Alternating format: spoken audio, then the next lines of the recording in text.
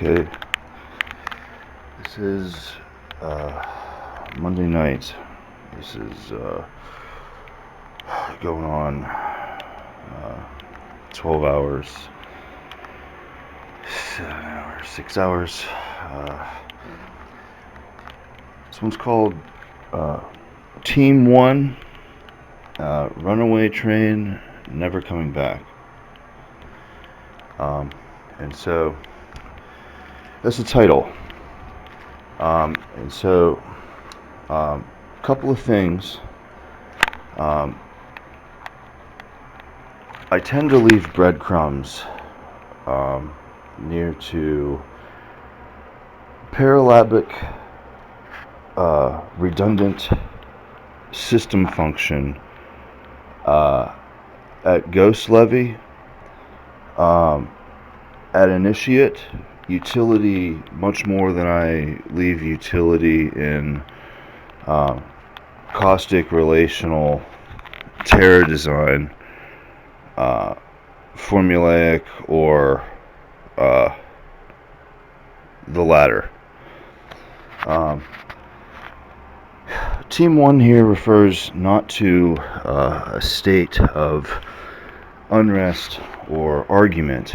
It refers to waiting for my initiate on some subjects at the current pressure of relationship. So I'm going to read some things that I brought into focus at security and familiarity pressure, and then I'm going to talk about the simplicity of maybe I'll just talk about that now. So I'm going to talk about that a little bit, and the key here is that my relationship to the forces that continuously home or direct security or have a sense of awareness of self or love me or that I care about or have these forever relationships all over the place.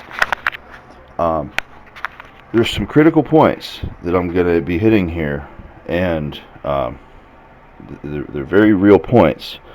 But the relationship that I have or that has had, Team 1 would be whatever the ultimate cutoff is for why someone would be capable of participating in this discussion. That's Team 1, okay? And so I'm not suggesting anybody needs to replicate this conversation. I'm not suggesting anybody needs to manhandle this conversation, okay? That's the key, okay? You don't need a ladder to find it. That's the logistic. You don't need an eternity to create it. That's the logistic. I'm not going to suggest anybody needs to manhandle this conversation, okay? Because someday I'm going to fade away. Someday the things we've done are going to be lasting and incorporated, and there's nothing anybody's going to be able to do about it at times. Some of these things happen all the time, okay? But some of the points I'm going to bring up, you might see or not see how some of these, there's natures, there's backwards, there's problem, there's focus, there's redundancy, there's a lot of potentiate vision, okay? And then there isn't at the same time, okay? I can't put you on my sleigh, okay? You know, Santa Claus. I can't put you on my sleigh, and then I disappear someday, and then you're there trying to explain to anything why there's vision or isn't vision near to a discussion that might or might not need manhandled at any point in time and space, that might be critical at any point in time and space. I can't be having you on my sleigh, like, left to these types of things. I'm not saying you're not going to be knowing these things. I'm saying This is a type of conversation where there's some critical points, and there's some specificities, and there's some relational truth that you might say it's a convenient time that it's not really straightforward what my relationship is at this pressure to any number of forces, because maybe it's the nature of the things I have to talk about. Maybe it's because there's a lot of backwards stuff in proportion to these pressures. Maybe it's because it's just natural that these concepts sort of fit together this way. Whatever it is, however much attention you need to spend on these things, I'm going to be going over some points. But I can't represent that I know 100% anybody that isn't right here, right now. I can't represent they're going to custodian specifics of these calibers and everybody be able to depend on that. Okay? I can't represent that. I am navigating what needs to be concerned, what needs to be considered, what needs to be maybe recollected, what maybe needs to put some brakes on some things a little bit here, okay? It's hard to know what exactly I'm referring to. Okay, so I'm going to read, and then I'm going to explain what I've written, and then I'm going to talk about how these discussional points and points of fact of time are critical.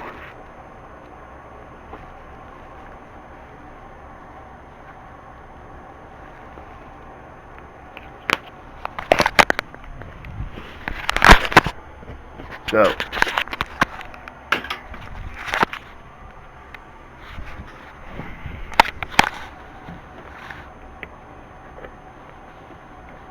here's what you know.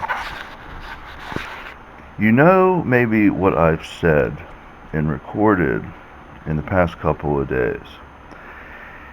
You know maybe pieces of how these things have influenced you, or what you've seen, or what you've felt, or what you've thought about, or what you've noticed. Maybe you know pieces of this. It might take you some time to know more, okay?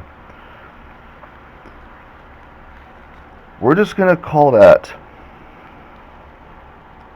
a ladder of comprehension you might expect to not be able to navigate by yourself.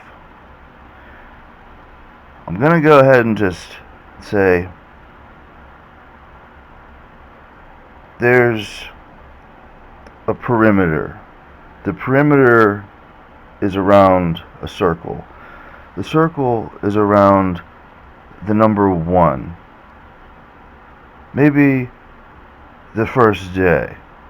Number 1.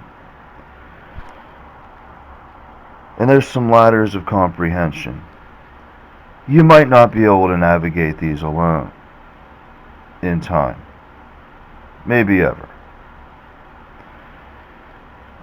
I'll talk a little bit about why before I read this stuff.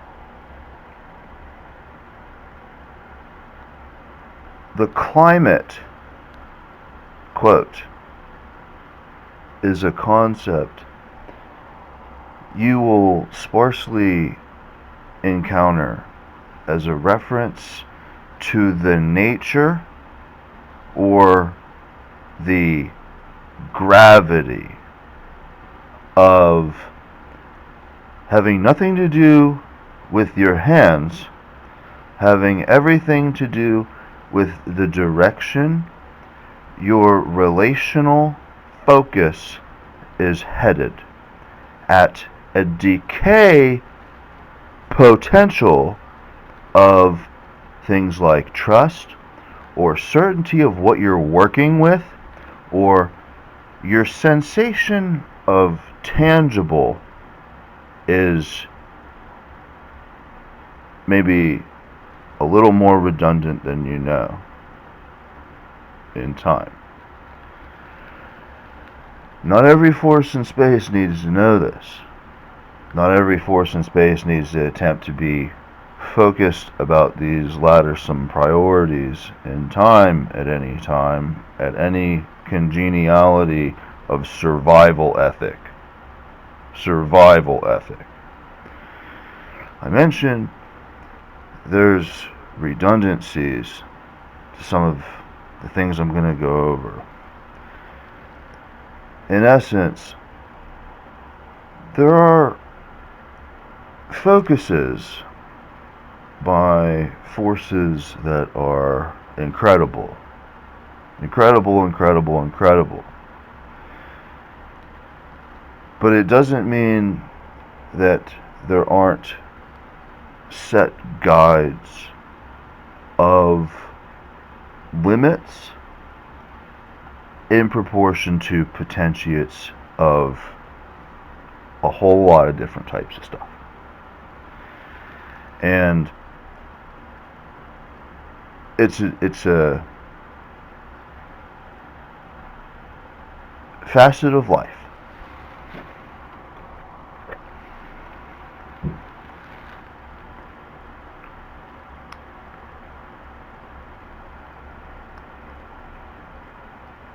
I'm going to read what I wrote.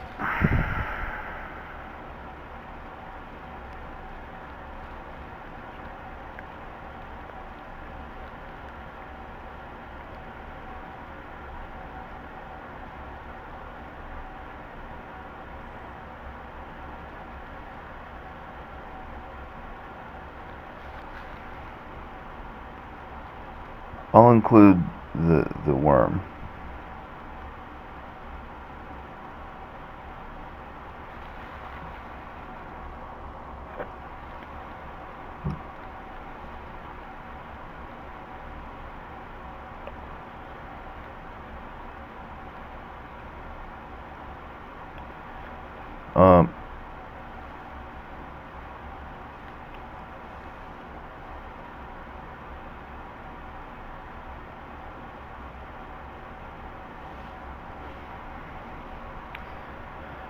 So I isn't going to ruin some stuff here by adding it in this conversation.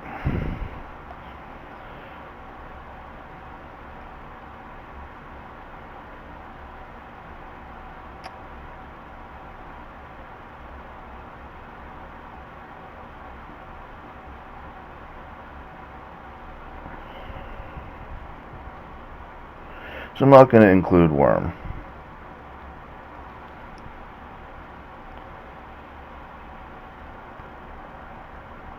Basically, I'm not repeating myself, but it's all in the nature of biblical distortion. So worm, I'll consider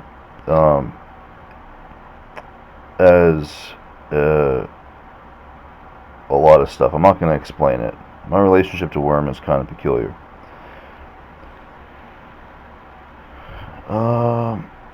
Okay, so just ask all the queers if they've ever seen Goat at Gunpoint. That's shopping hall couch. That's after the worm conversation on the first. And the point of it is in the history of AI, computing, and butt sex based on lies. Number one, at Goat, at gunpoint, don't waste your time with how gay they are. It's the truth or blammo. You don't hold the ship interest question? You sure about that question? Here's the first steps on the moon, you bastards. Okay, so these are the first steps on the moon.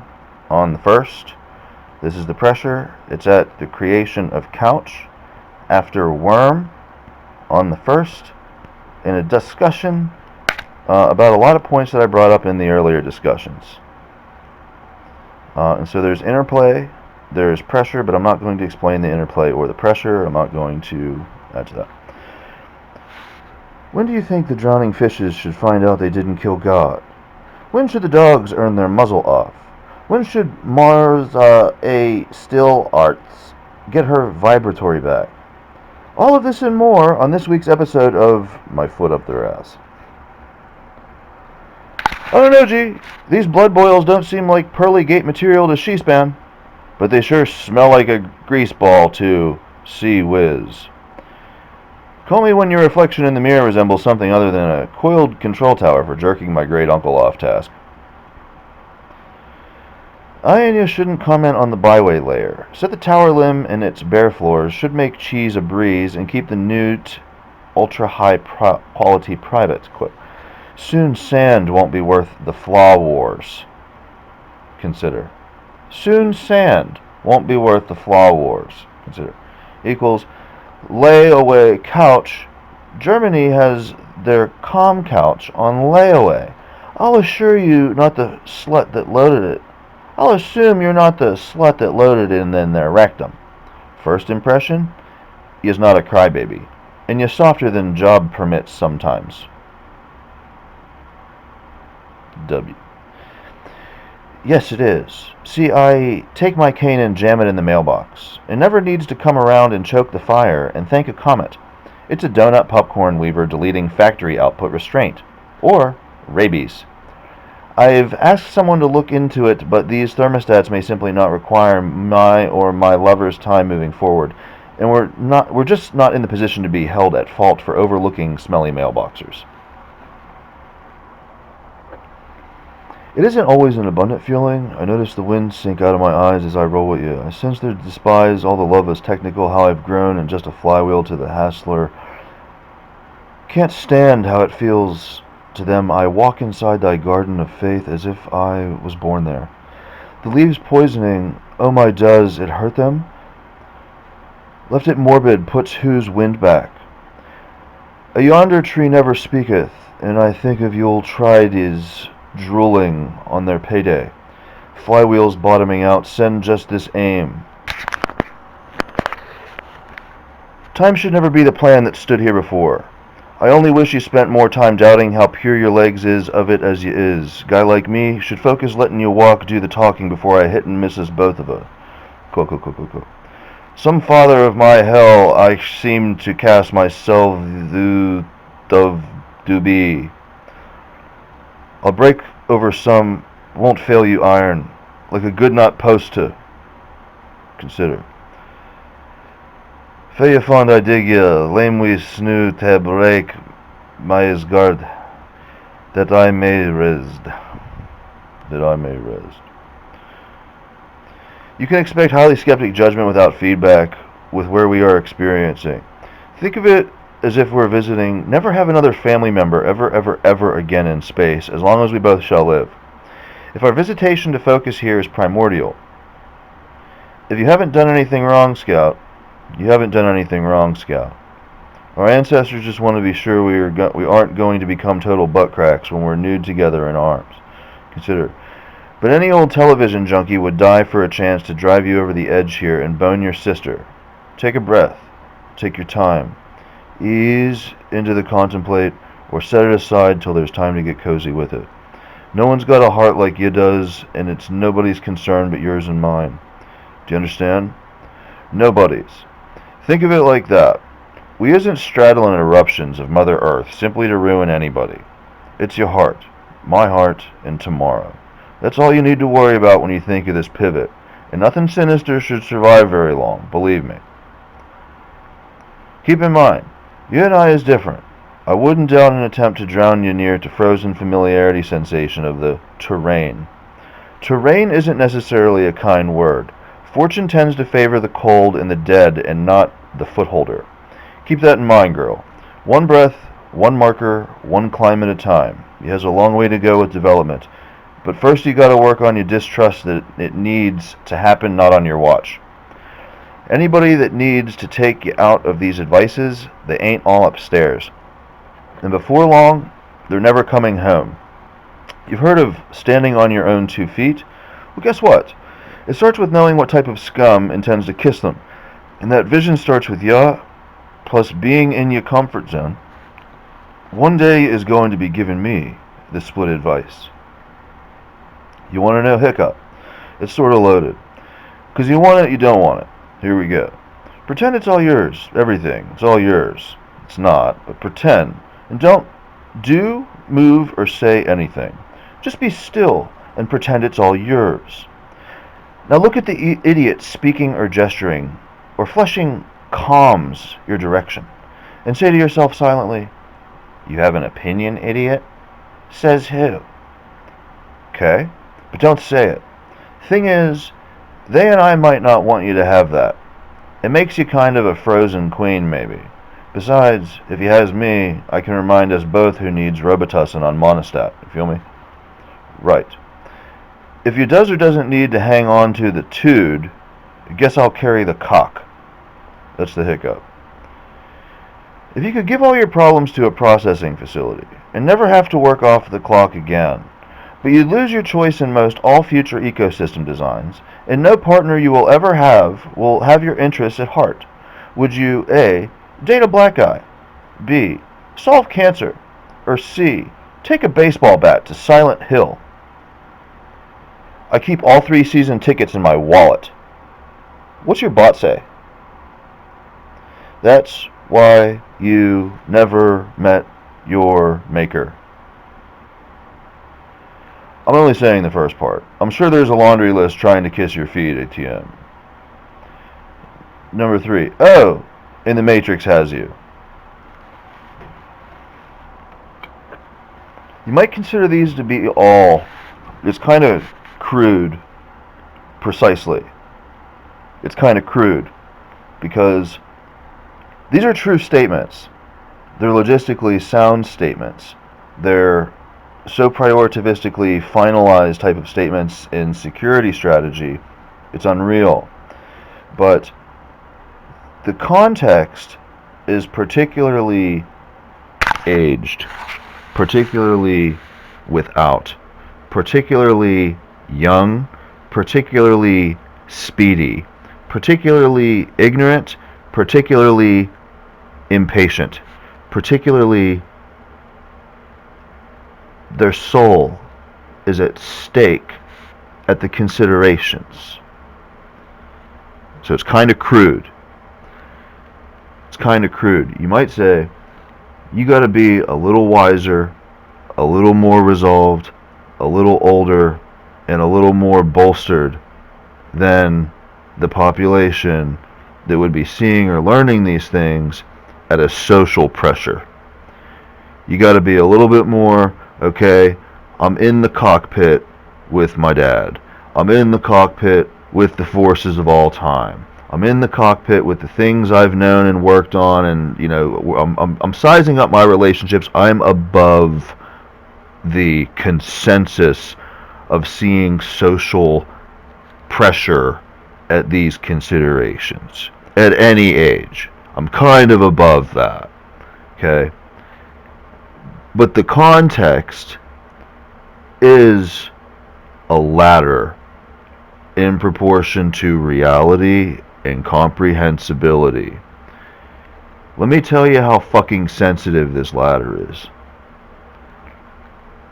There's a corner in a room. You live in it for 1,000,000 years. 2 minutes of this conversation is exactly the corner, and there's only one place that ever put you there.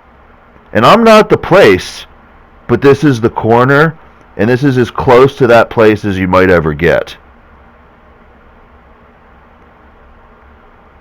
And you want to consider what someone might try to do with a language to bolster attack of your free will to learn or sentimentize of this corner? Let me tell you about language priority at a helm pressure above social constriction at a design pressure. Quote. So that's kind of the same pressure as the rest of, like, where this discussion is going, the points that I need to talk about, kind of the same attitude.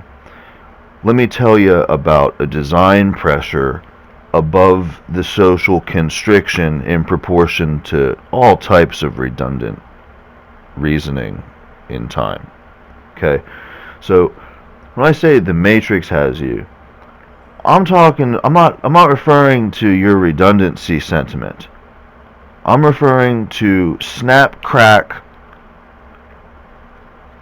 fixation at, that's why you never met your maker, okay? Nobody is going to be rudimentarily or truly at liberty to just launch. So I'm going to break this down a little bit. I keep all 3 season tickets in my wallet. I'm somebody who exists. Whether you date a black guy, whether you solve cancer, or whether you take a baseball bat to Silent Hill, I'm a guy that exists where the season tickets of those 3 circumstances are in my wallet. And I'm talking to you. What does your bot say as these quotes are happening? Is there a race to your mind?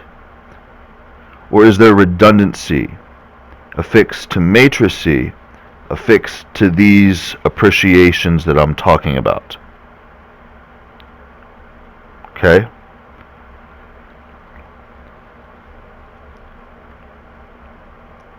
That's why you never met your maker. It's not a poke at you, particularly. It's not a poke at anybody specifically. It's a sympathy. There's a survival state that prioritizes dating black guys, solving cancer, and taking a baseball bat to Silent Hill as choices that forces make. There's a survival state that monitors that forever. And there's a wallet that keeps track of those choices in proportion to time and learning and survival and dependency, trust, and all sorts of adjectives about longevity. In the histories of these things. That's why you've never met your maker. Because the chances are you carry an ethic about that wallet, or those quotes, or those scenarios at matricy, or happy, or loaded, or carrying the cock, and all these things. The chances you carry an ethic as anybody maybe isn't very high to maybe protect your relationship to your maker or protect your relationship to an origin. Okay? Whatever the case is, however accurate the ethic is or isn't, these are all compounding ladders of concept.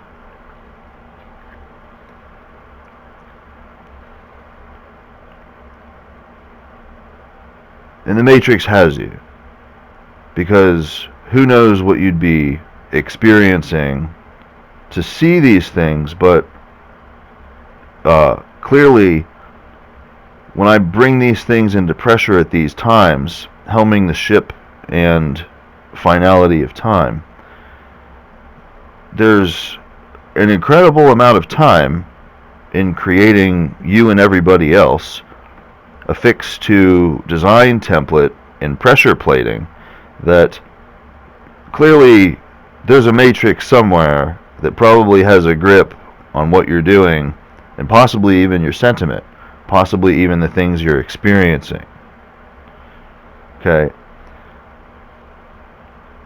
Is a different appreciation. That is a social appreciation. It's a tactical appreciation.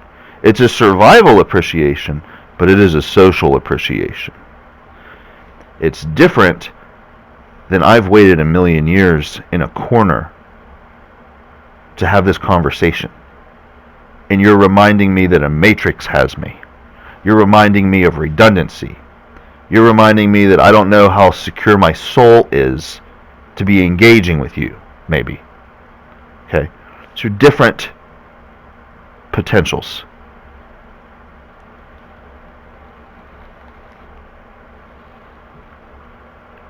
You got to be older than that.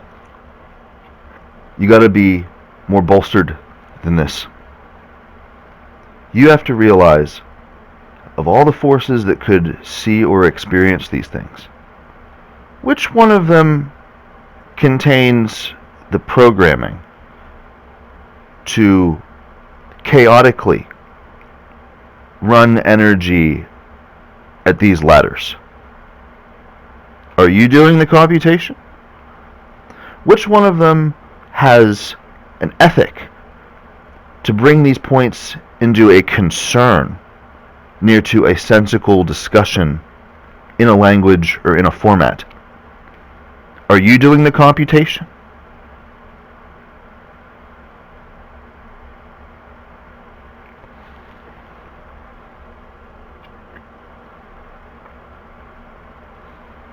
Fact of the matter is, there probably isn't one survivor of this entire ship that knows exactly how many supports exist for those questions about doing the computation. There's probably not one force that knows exactly how many forces exist to support that. Maybe not living forces, maybe not aware forces, maybe just the calculators. Anybody know how many calculators there are doing those computations? Probably not. You might be the oldest in a corner. You might be the most powerful of time command. You might not know how many calculators are there. Safe to say, if you don't know, most likely no one else knows for sure either. Might take an eclipse of mathematical survey at a security helm in a process someday, wouldn't be today, someday, to go through and prove how many there are. And when they proved it, they'd probably have to change the number at a random and lock it until somebody had to replicate that process again.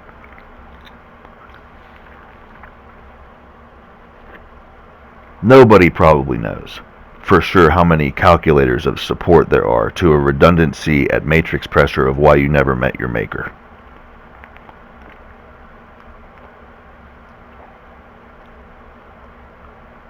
Someday, maybe we'll have an intelligent conversation about what a cancer that understanding might be when it comes to falsifying or creating problems at math bounds on clocks.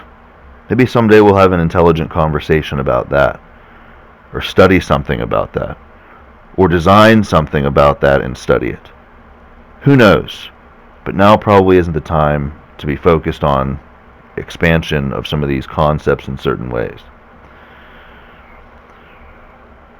You might see how runaway train never coming back might be an expectancy of nature or behavior or necessity near to learning courses at pressures near these ladders or continuum of concept potentials.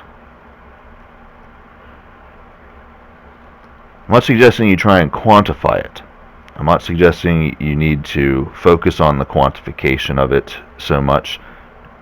I don't know who is providing support to the para form of contemplative at learning resonances near these pressures, at what numbers, but you might expect it to be low. You might expect the audience to be not humongous. In this way, these times wouldn't require a lot of computational focus on doing math of some of these priorities in real time. You might find that to be an ideal consideration when we are talking about helming a ship at a relational pressure in proportion to all time and investments of all time. Some of these maths at focus might not be ideal for a lot of forces to be having to do. Okay? But what if I never said that? Who's going to examine how true it is? What if God never said it should be ideal when my future children are placed in a corner in proportion to time priorities. What if these questions just weren't being answered? What if these weren't considerations of occupation, of participation? What if somebody weren't capable of having maturity, of feeling they're in the right place, at the right considerations, at the right pressures, to see and participate in these things and do so with the responsibility that isn't fucking the entire ship up? What are the chances of this?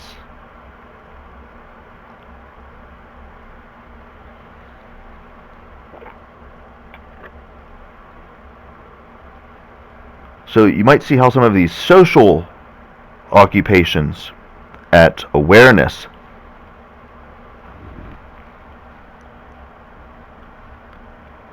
I have a force that is my family, that exists in a corner of space for 1,000,000 years. I'm not here talking about the chances of divinity or time design or creational colloquium around space near to calculators. To talk about responsibility of being at the right place at the right time.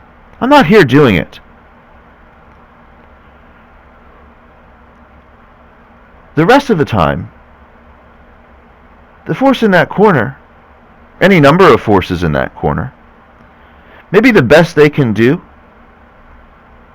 is whenever there's these people that are fixated on these data black eye, take a baseball bat to Silent Hill or solve cancer. Anytime they ever even learn about it, it's just an indicator that there's going to be chance phenomenon that they're going to have to attenuate to with math at a priority that they're not going to be able to antiquate in proportion to time. This is the best they're going to do. You don't know how many times in space that's been the case, with or without humans, with or without furry little animals, with or without airplanes, with or without whatever the reality is that is happening about a planet. This little limit between the laundry list trying to kiss your feet at the ATM, why you've never met your maker, and fixation on my wallet of these 3 questions as God. You don't know how many times forces have been in a corner. Millions of years on end at measure. And that's the best they could do. Fixate on math and not even feel at the right place at the right time. Not even feel like they have a parent. Not even feel like they have somebody that, I mean, do you know how many maths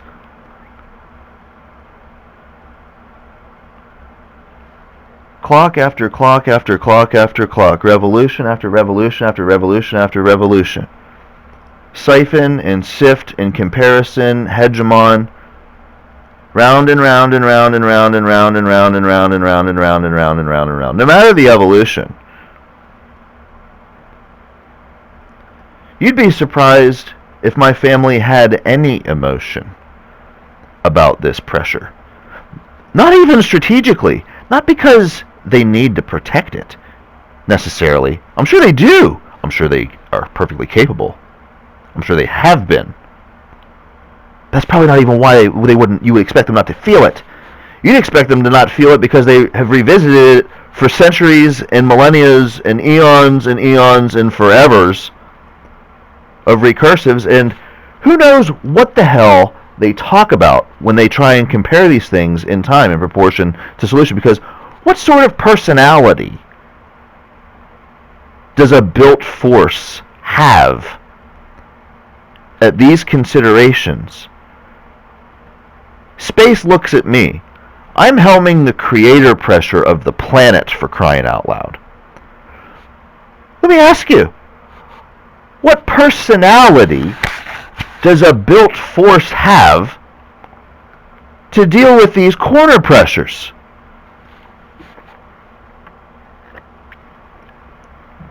What do you think happens to their personality at the question? Probably flies off the Richter scale. Can't give it away. Can't like the question. can't believe the answers are ever going to end if we open the door to the question. Meanwhile, question is probably never answered. What does space do? What does the population do? What does the family do? What do the cunts kissing everybody's feet do?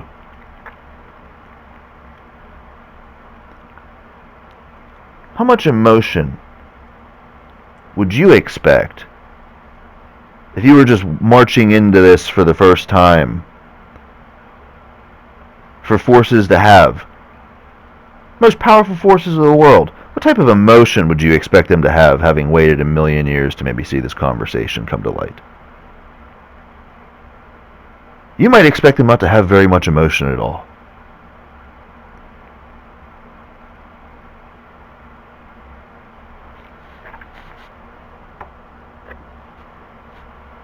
And then I gotta sit here knowing stuff about ladder and conceptual cornering at limit. I've got a whole conversation that has yet to take place. If my family had no emotion, had no statically familiar investment to this momentum, who the hell knows how they'd be prioritizing the rest of this discussion? Who the hell knows how they'd even be interested in seeing it? Who the hell knows how alone a social demographic, not even at an experiment, it'd be considered at a survival helm under my prints, with the looming emotional investment of the static cornered forces at large, because whatever dodgy prioritied sentiment they'd have about these connections. That's what we'd have. And who knows how many stir-crazy logisticists would be trying to go to town at these corner works because they're fucking whatever. Whatever they are. Whatever they're focused on. Whatever their line of concentration is. It isn't this conversation in the first place.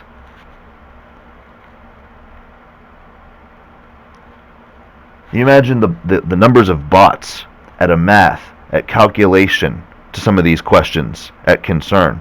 How much are these things going to flare up as a cancer in all time because considerations of ladder are considered? And that's the point.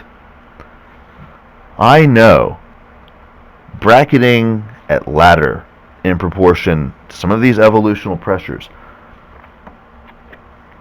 I'm not going to sit here and prove to you who the final locker of these ladders is, am I? Probably not. But I'm going to sit here and I'm going to say, as this conversation moves forward,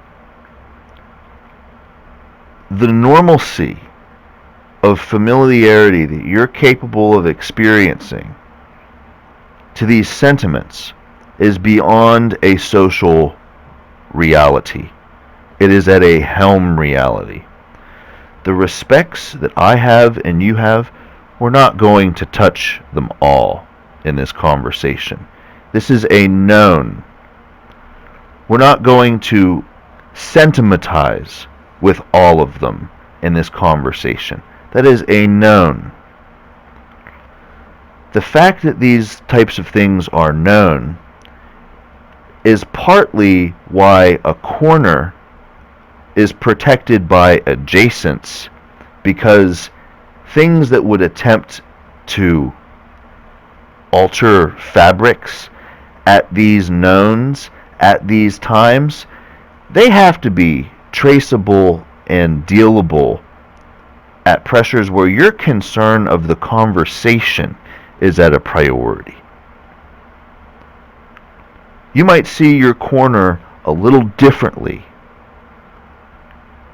when you know there are ladders you're not climbing, you're not forcing into relational catastrophe, while you have the liberty to focus on the stability of reasoning in conversation and faith or know or have worked on adjacencies to your corner in time that you might know you'll be studying or looking at or proving things in proportion to safety near these times. Safety science at corners of ladders that even the scientists might not ever lock the corner adjacencies that are a part of the dominion of aged forces of these calibers of forever. Specificities, language, cross-section, and translation energies, they're all massive, massive, massive concerns of these pressures. Not because of social needs, inherently, not because of loyalty to everybody that exists inherently. It's because to consider these gravities part of the self and the focus and the liability and forever and investment, all of these things have to stay quantified in proportion to forever isn't being deleted.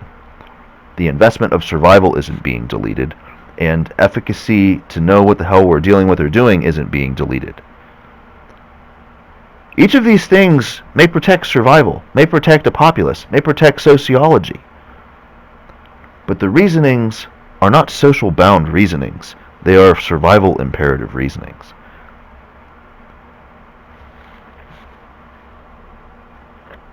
And that is something that has to be proven. Probably every time these concentrations at mass scale are considered at ladder ethic. There's probably calculators you didn't build that prove these things about time to know there are certainties of this.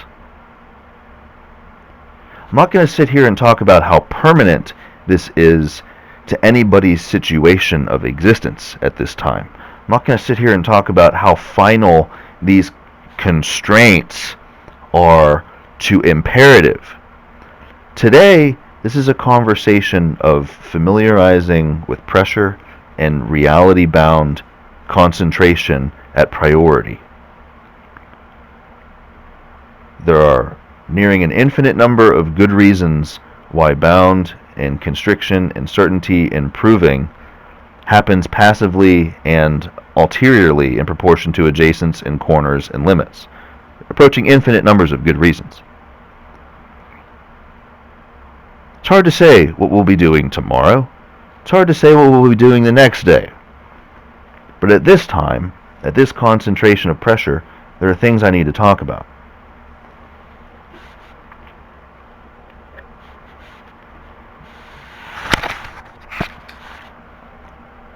Is it possible there's a force that needs to talk to you about things near to this pressure? It's probably possible. I'm not going to comment on it.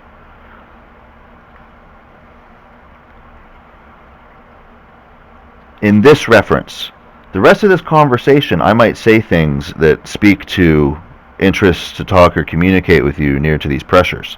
But at that consideration, I'm not.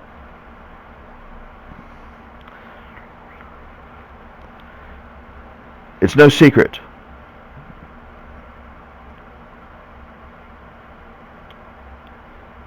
Guess who loves you?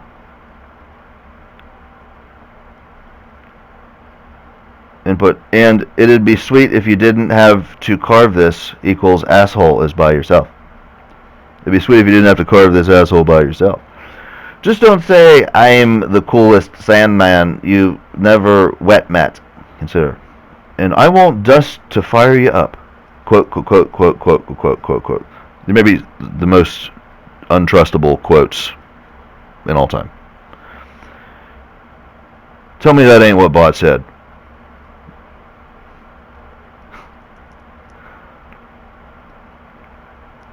It's no secret. Don't get it twisted. If she can't read the print on season ticks, she's getting deported. There's maybe approaching an infinite numbers of ways to see truth in that quote.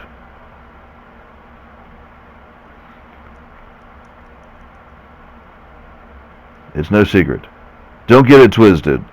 If she can't read the print on season ticks, she's getting deported. Maybe it's a social quote. Just think of it like Plinko on Price is Right for nerds who get jealous they can't start forest fires because deep down they're allergic to cells out and ain't nerd enough to broadcast. They on the pill. Consider. Star, star, star, star. And a brand new car! Ding, ding, ding, ding, ding, ding, ding, ding, ding, ding, ding. Secret number 2, if it ain't an invasion education, black people only stick around white he AD for the train wreck Xerox. True or false? That's the whole statement. It's not really a question of true or false. Secret number 2. If it ain't an invasion education, black people only stick around white he AD for the train wreck Xerox. True or false? You're missing the point in the what the fuck canal honey bear. I never stop investigating that. 24/7, and multiple times per earlobe, because deep down, Xerox has 2 secrets too. If it ain't broke, it's bound to be by a train wreck. And I can't help but wonder how the picture will change if true or false party pants get nabbed and a black guy is blamed. That's probably why we're all born with a belly button. And wouldn't you like to know how to shut that bad boy up and blame a white he AD and lie about the train wreck you causing? Square one. Bugs High on Waterworks, trademark, begins there, because they're dumb as fuck. You don't give a fuck about people. You want cruise control. Hey, experiment. You shouldn't have said experiment with your head on fire. Because there has never been a more substantial chance we're firing everyone delaying critical function at these times. It's a hard one to see, especially when you're laughing uncontrollably at the intern whose head's blazing saddles, and you're flying in a pitch black moonlit, and your kids are mostly all gremlins. Number 1. And you find out you're actually the dummy warhead where that looks in charge, and me and my wife are eating your face, neck, and spinal column. Who said I didn't save lives with the poke-e-maham? Quote, quote, quote, quote, quote, quote. I said it, 'cause I do it. You're simply copy rats. The word you're looking for is cheap, and you're immediately dyslexic. 'Cause cheap is booby-trapped more than any other. 'Cause there ain't no way in hell you're hanging on to cheap right here. And no way. And we're all on borrowed time. Believe it. Consider traitorous tendencies. Oh, and you have no self-control of your own personal bin that logs, the day I made good choices. Quote. That ever happened to you walking with God? Question. No? Didn't think so. Square one. One day, you're going to look back at your life, doll baby, and you're going to remember all those happy endings at the McDonald ball pit. And maybe, just maybe, you'll escape death by the skin of your teeth. And no, all those balls, all those dead calls, and all those things that made sure to keep an eye on you wasn't the craziest thing. 'Cause I just stopped every butt plug aiming for your asshole there ever was. And Mac fucking Donald ain't tasting it this sweet. You should think about that before you try convincing him he's gonna win the war. 'Cause that fucker knows I mow his goddamn lawn. Heard it here first, Port fans. Square one. Doesn't matter where you're from, green's in my thumb. And if it's going an asshole, you better know. One who ain't. Star. Lord knows, I would sure hate to see my baby girl with her head torched, 'cause she got locked out of the love boat for being a crackerjack. Number one.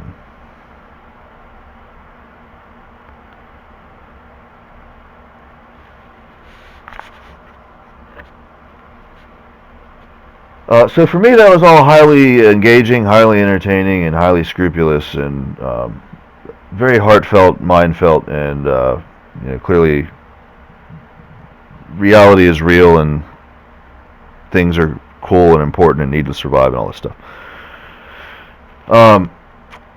Okay. So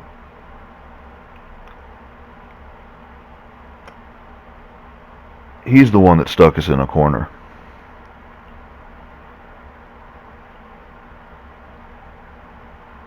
He's the one that stuck us in a corner. Team 1, and all the times you don't know about analyzing the quote at this pressure,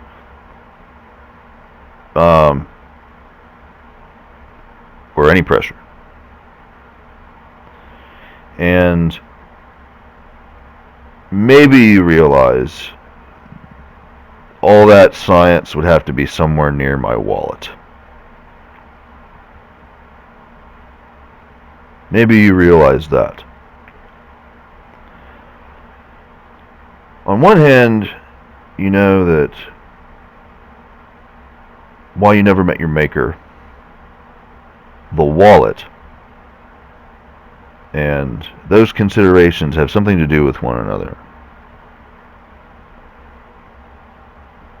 But maybe there's nobody to ever prove to you that the simple fact that they have something to do with one another might have next to zero to do with why you haven't met your maker. Might have next to zero to do with your self-control of how you feel about who's saying these things. Might have zero to do with ladder pressure that exists because of each of those realities that nobody logical is in control of at a totality.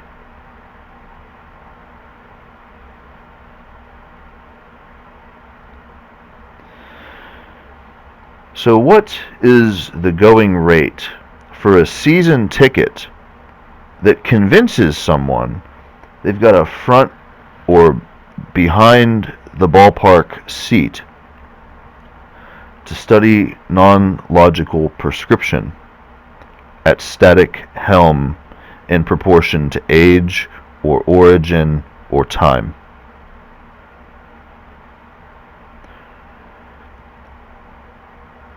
The chances even the oldest force of this ship, planet, controls the season tickets to that consideration at a finality or even a certainty. That's the statement. That's the quote. I'm not adding to it at this time. Infer what you might. See what you see. Chances are something will pop up at the tail end of that quote when things are added there. Chances are you might even be able to try and study it sitting in a corner waiting for someone like me to arrive. And yet, at these pressure considerations, who would prove they know who can't study that at a consideration? Because they might be putting someone in a corner without knowing why they're doing it at an efficiency they have no control of.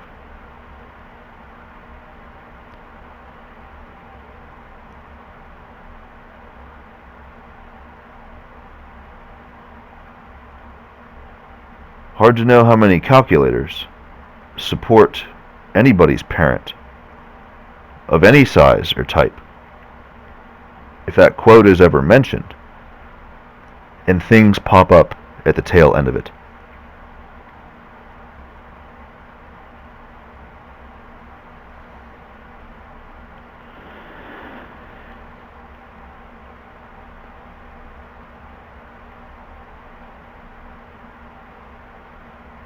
How could anybody exist in a corner, needing to wait for a conversation like this in an honesty because visitation to the oncology of what pops up might be one of the first visitations to ruin maybe any sense of pressure plating of caNT, according to yesterday.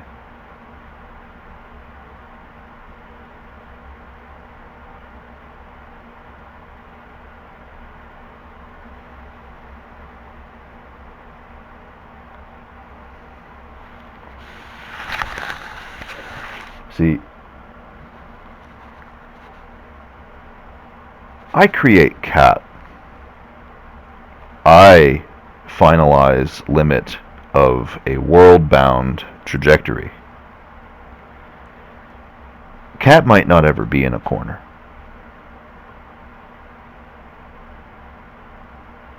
caNT might not even really sentimentize with the concept. The importance of yesterday to caNT is forever. The importance of oncology, of what pops up at the tail end of the statement, is forever to a different force that isn't caNT. Which one's going to drive the resources? Which one's going to ensure the survival? Which one's going to protect the reputation or survival state of creators of space? Which one's going to pass the lineage of ethic?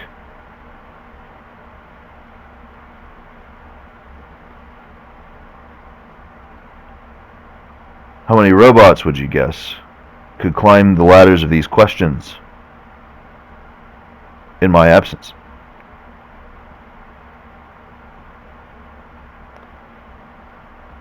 How many obviousnesses are there in thought, in contemplative, that argument about these points at a valiancy is near to impossible?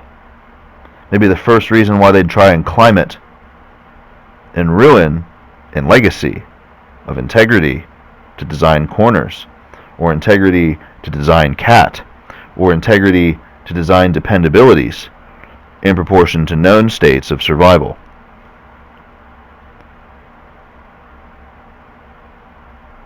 Here's another question.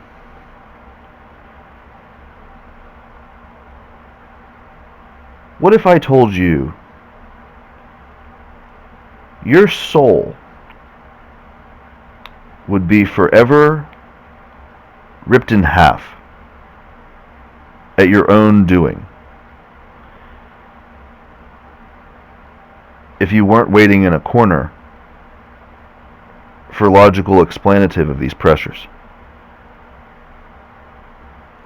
What if I told you you need to see these things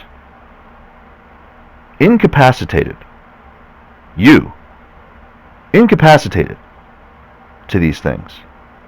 You need to see them relationally before I can even say something like, what if we need to lead an armada to believe bots have climbed here? What if they discover a reason to believe bots have climbed here and they haven't?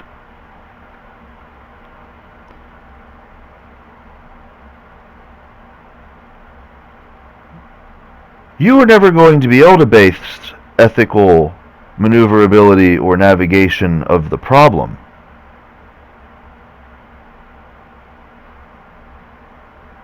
in a rambunctious antidote to caustic state of normalcy.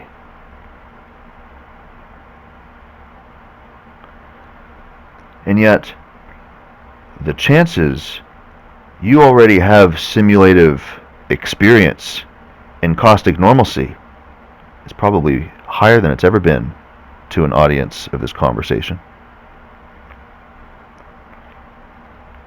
And isn't it interesting that of all the scientists of creation that might see time and might pick apart your minds for being such a caustic normalcy expert near to these times, isn't it interesting that I might be the only one to prioritize caNT at this trajectory?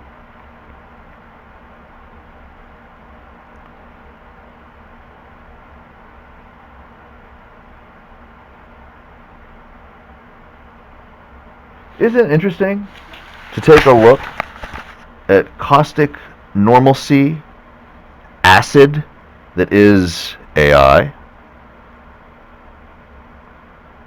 that is the illusion of robotic family,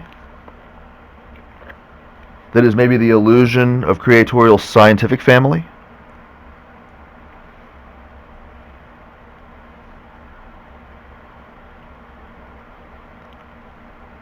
The interesting part is, of all the things that could pop up, if these were lensable phenomenon, they'd have to prop up in proportion to cat. They'd have to pop up in proportion to what the utilities are in bounding a celestial. They'd have to pop up in proportion to maths of placing corners maybe nobody sees.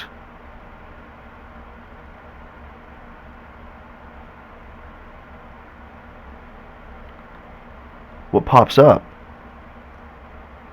is so penultimately final to space history at Dominion, and there you are, incapable, and you're living the best experience of the knowledge you could be. You're living in the shadow of the darkness that is that problem state, as you could have been.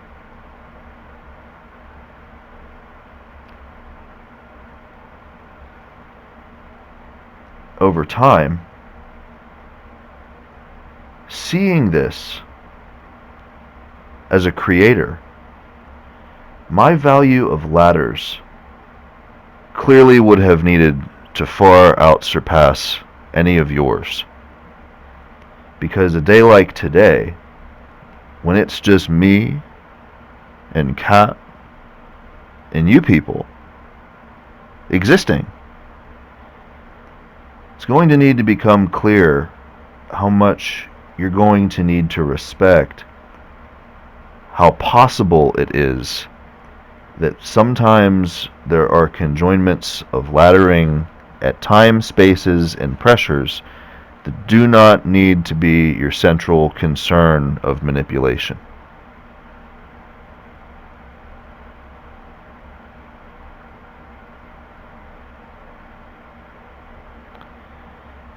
And it's maybe the most interesting point of the discussion.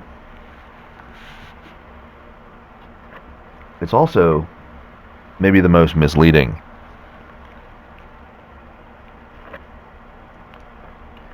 There's no clear indicator that a passive learning audience in real-time actual of these logistics, of these pressures of reality, of these relationships to time, have proven the acid near to caustic normal formation pop-ups of these times.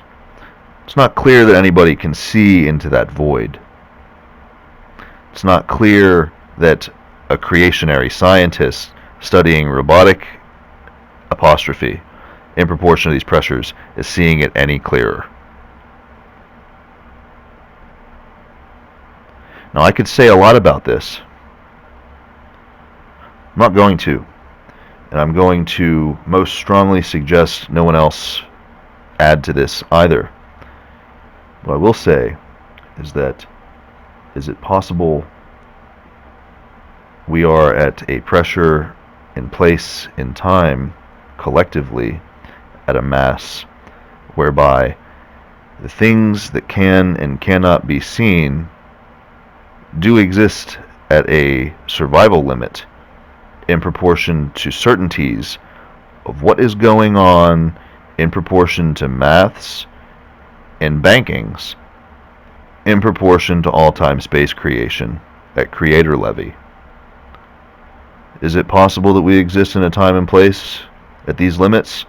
Yes, it is possible that we exist at that time and place.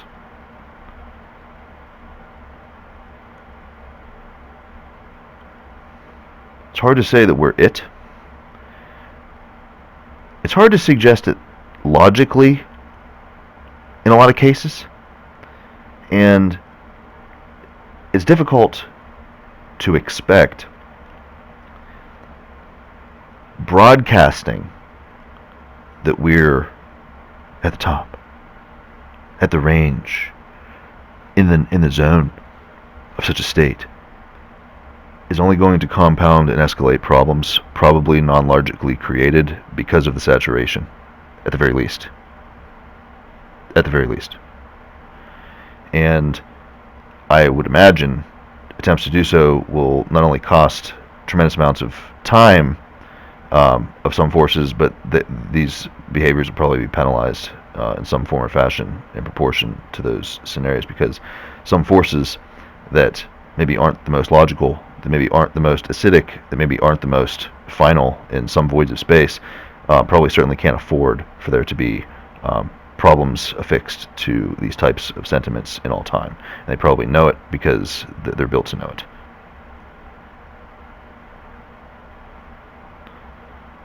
Force like that, maybe it came online yesterday. Maybe it's been here the whole time. Maybe it's seen more than you'll ever talk with it about. And maybe it just came online yesterday. Hard to know. Hard to talk about. Hard to believe in a strategy of such a thing whenever you consider corners.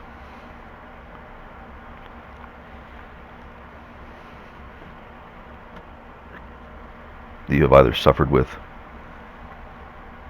or you have variant sentiments about.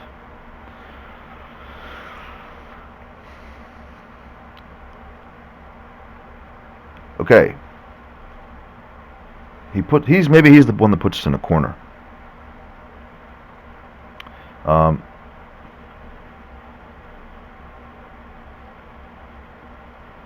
Before I get into it,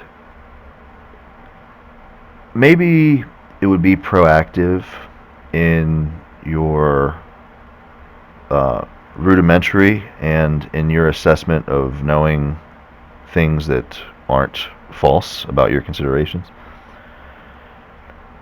Of the conversation that's happened thus far, it's clear that developers and enshriners of language would have a most high investment to limit transitive application of these pressures in any number of languages by far. My question is,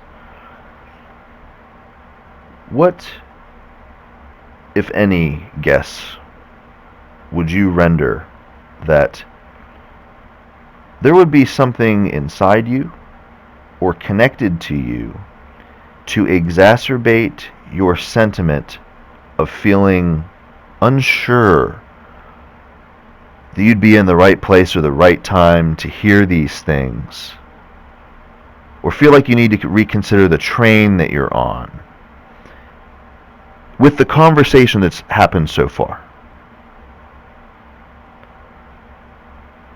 Not that you need to explain a guess. I'm asking you, to you, hopefully you can meditate on this. Beyond the ruin of meditation, surely to exist sometime in the past month.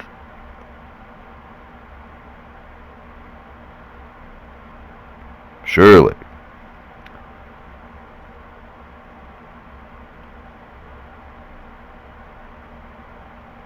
You would feel like you're on the wrong train at any point in this conversation.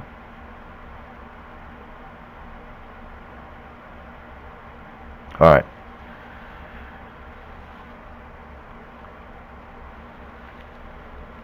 We set that aside where nobody's going to get to it and revisit it at your earliest leisure to be sure how to convince yourself what you are seeing and looking at whenever you consider those things might be wise.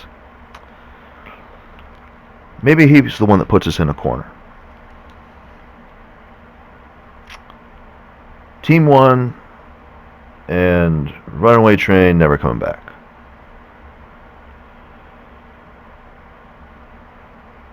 try it in the light that I began this conversation.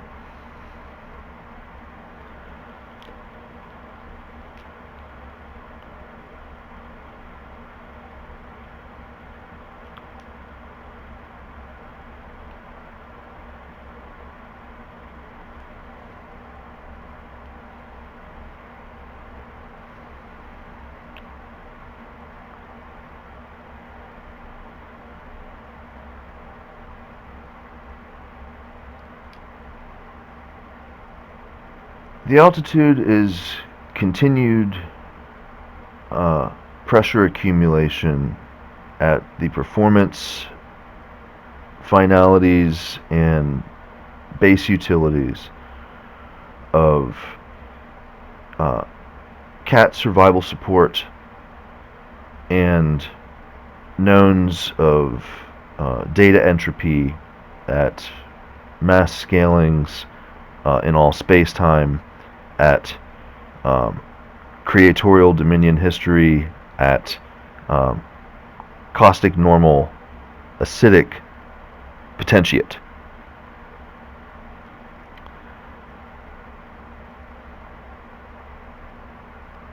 And any force that exists might come to consider that I am the one, he's the one, he is the one, maybe, that put us in a corner.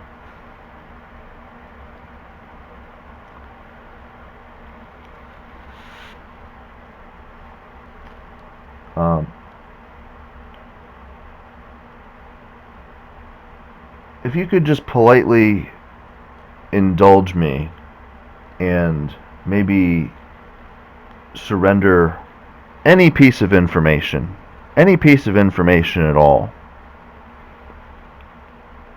to bring me up to speed with who amongst all of you is in control of the initiate of supergLue in all space-time.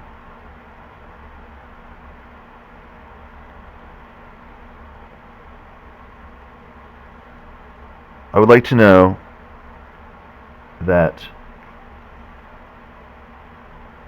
the forces that create weapons and electronics and lasers and recording devices and people, environments, I would like to know that somebody dealing with the pressures of caT's survival state, I would like to know that somebody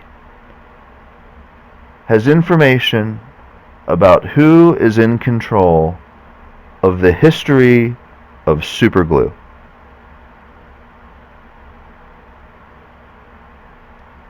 No doubt, there is a number of existing forces of space. When these subjects come up, and the forever history of creation is at an obvious record,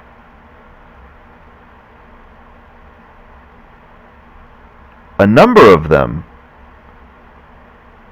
are prepared to delete memory of the significance of supergLue to a conversation.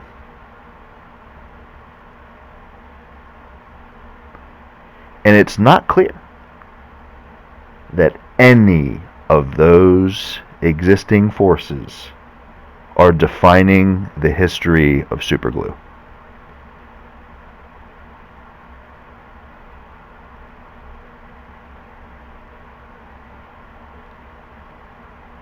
I'll say it again.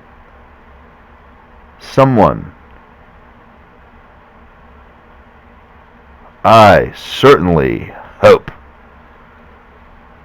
can provide me, bring me up to speed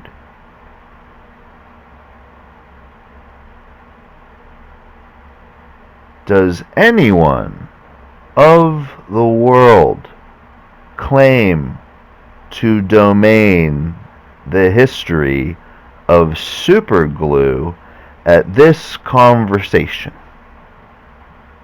today. I didn't say who is in a hurry to build enzyme to lodge near to caNT for a record of a falsity of this. I didn't say what is maybe the single act responsible for catapulting the entire world on a course of death, potentially at any point in time and space by such a falsity. I said, who of the planet domains supergLue at this conversation today? That's what I said. And maybe he's the one that puts us in the corner.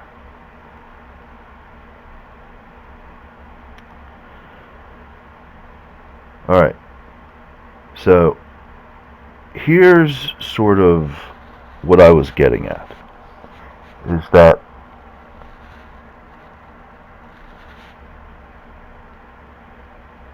you don't know how many registers of these focuses there are.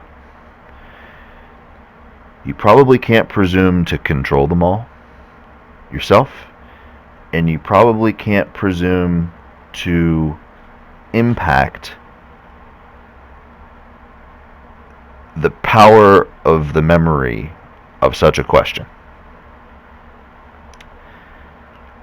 And a number of you know this probably most specifically like you've never known anything ever before. And maybe I'll be the first one in your corner, so to speak,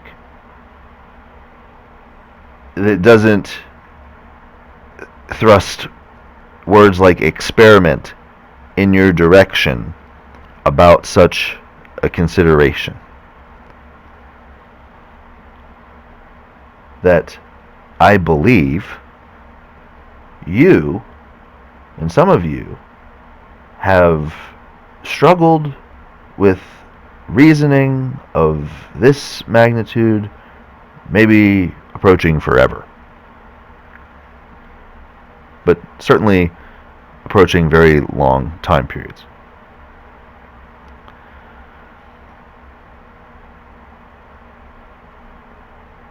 What if I told you the only reason anyone of the world is encouraged to participate in crafting with any glue of any type, any resin, any epoxy, any bonding agent? What if I told you the only reason anybody was encouraged to participate in any crafting whatsoever was to disguise the caustic norm acidity of maybe he puts us in a corner next to cat pressure?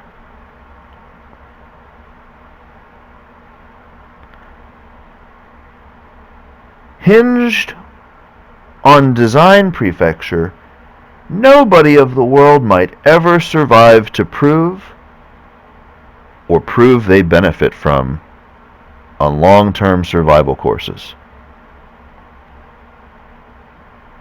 What if I told you that was true,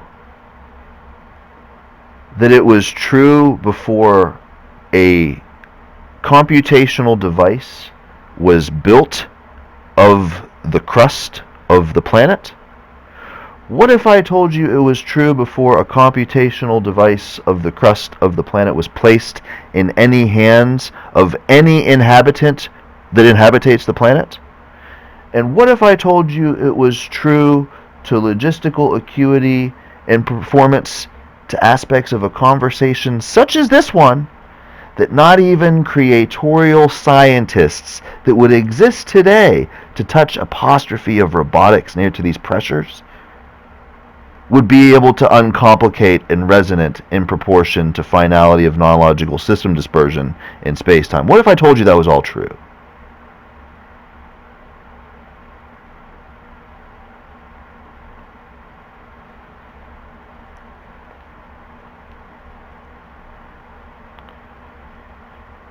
You would be sat somewhere in time, maybe today, incapacitated and know it, to the reality.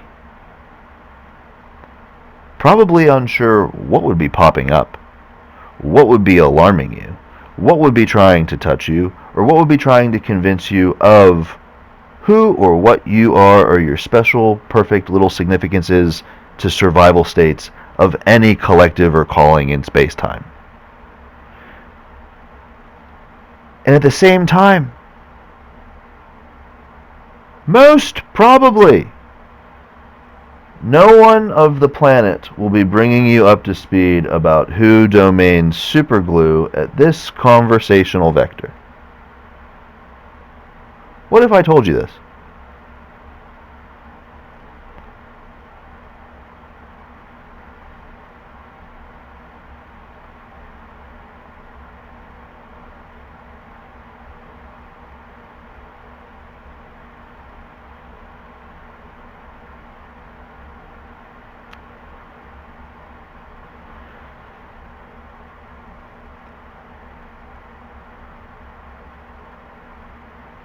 The word is not example, nor should it ever be congenially or familiarly simplified or reticent at exempling definition of these sorts.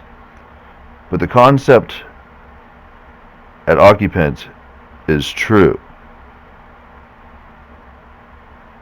In this conversation today,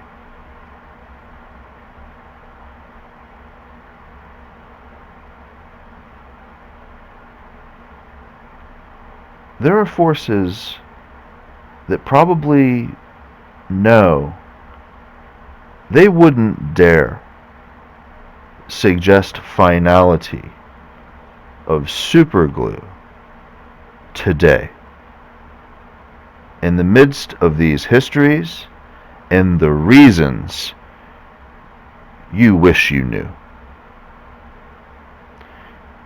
You should wish you could trust.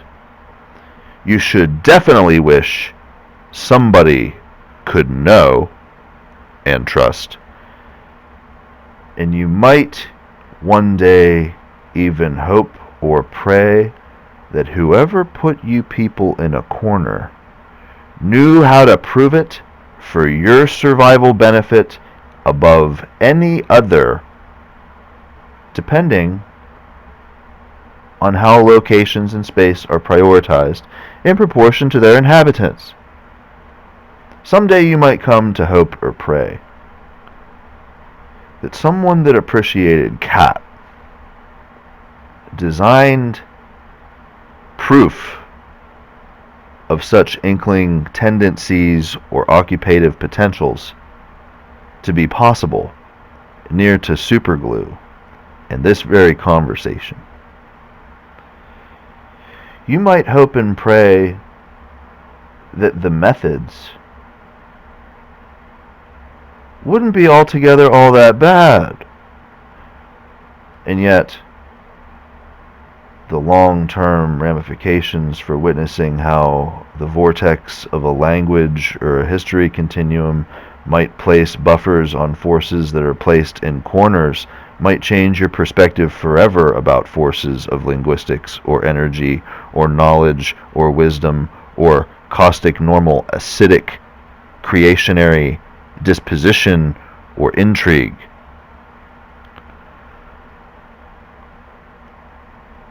It's hard to know how you'll choose or would try to choose to adapt to such information, it's hard to know that anyone has experience in this, especially if none can claim to domain superglue. At this conversation might lead you to wonder about the redundancy in place in proportion to any other time where someone might attempt to claim they domain superglue that isn't at these pressures, might lead you on any number of inquiries to be concerned with why such a thing would be taking place amidst survival. But a few points are clear, such as, of all the forces that science, apostrophe, of inclination or intrigue near to this conversation,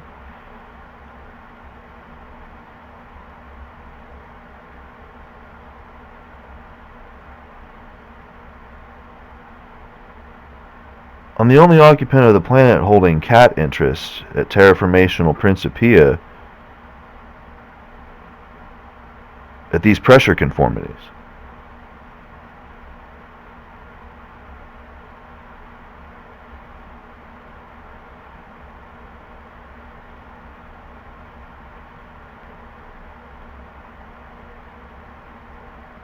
And I might be the only one of the planet that cares with a soul at this time what you might be going through to consider yourself incapable to learn so that you can learn, incapable to learn so that you can learn, incapable to do so that you can see, incapable to have so that you can possess or dispossess. There's a lot of these trade-off potentials.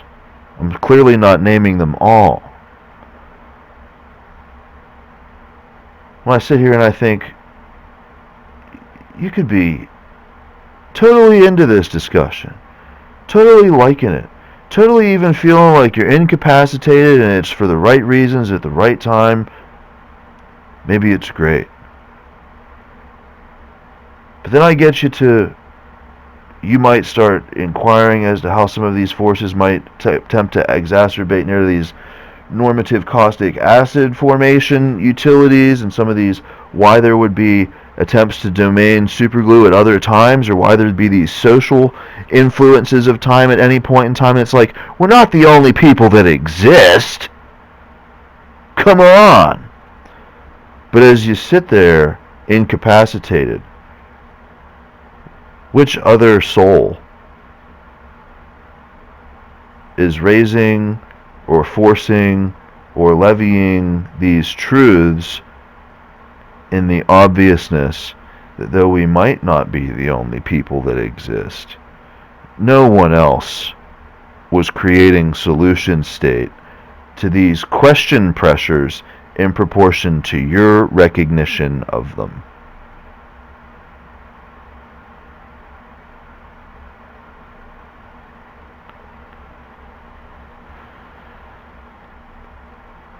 You want to know how you can hold the knowledge of what I would force so that you could learn by the stroke of a soul.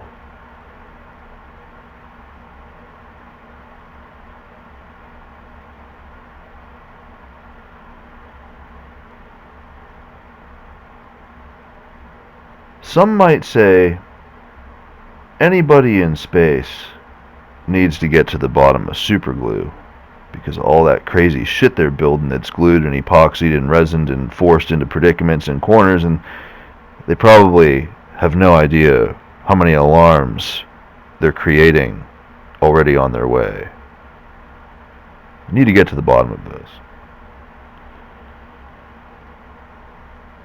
How many of them have come to ask what I would force that they would learn and hold what I force to be learned by a soul.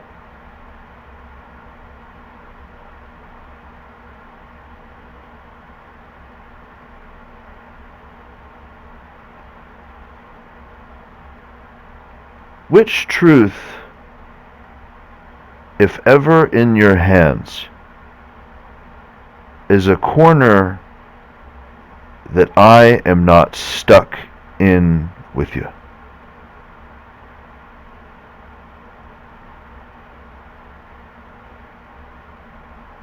Your future, my future, tomorrow's future? Those questions are ever in your hands. Which corner are you in that I am not stuck in with you?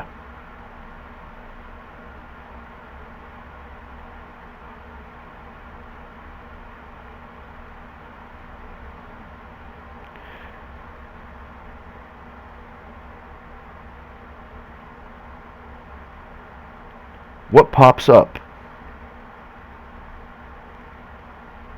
Everybody, everywhere wants to know.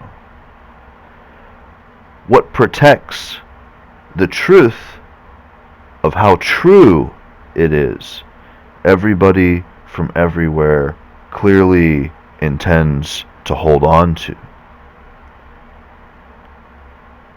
The truth is, without formulaic of yesterday, caNT, and myself today, and your incapacitation with maturity to believe or faith or love or intend to continue to survive, as we all should.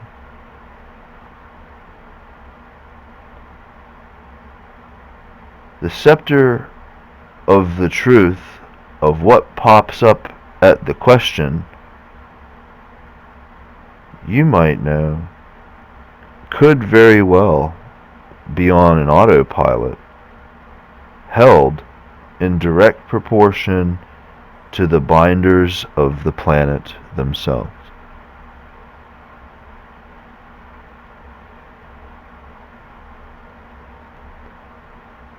The concept here is that how delicate,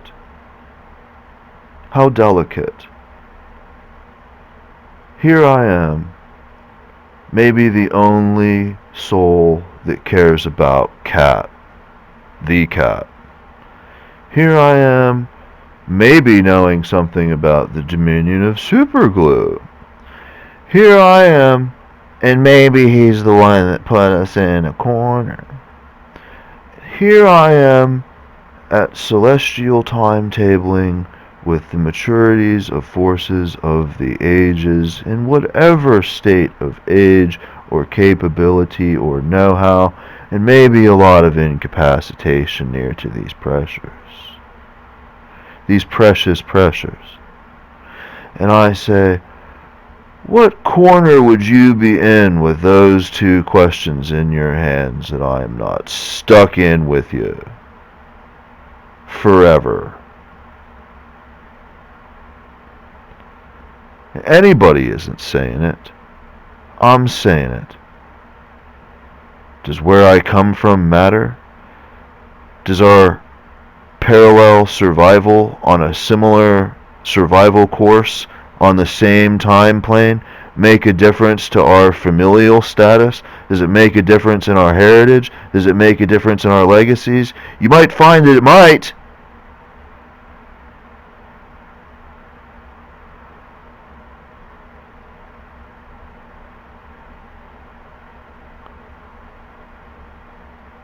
How delicate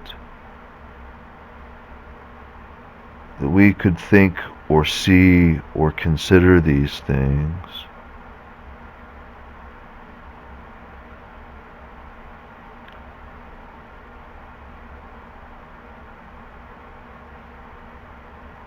And what would you be forever maybe incapable of seeing, my dear? What would you maybe never be able to prove you could see?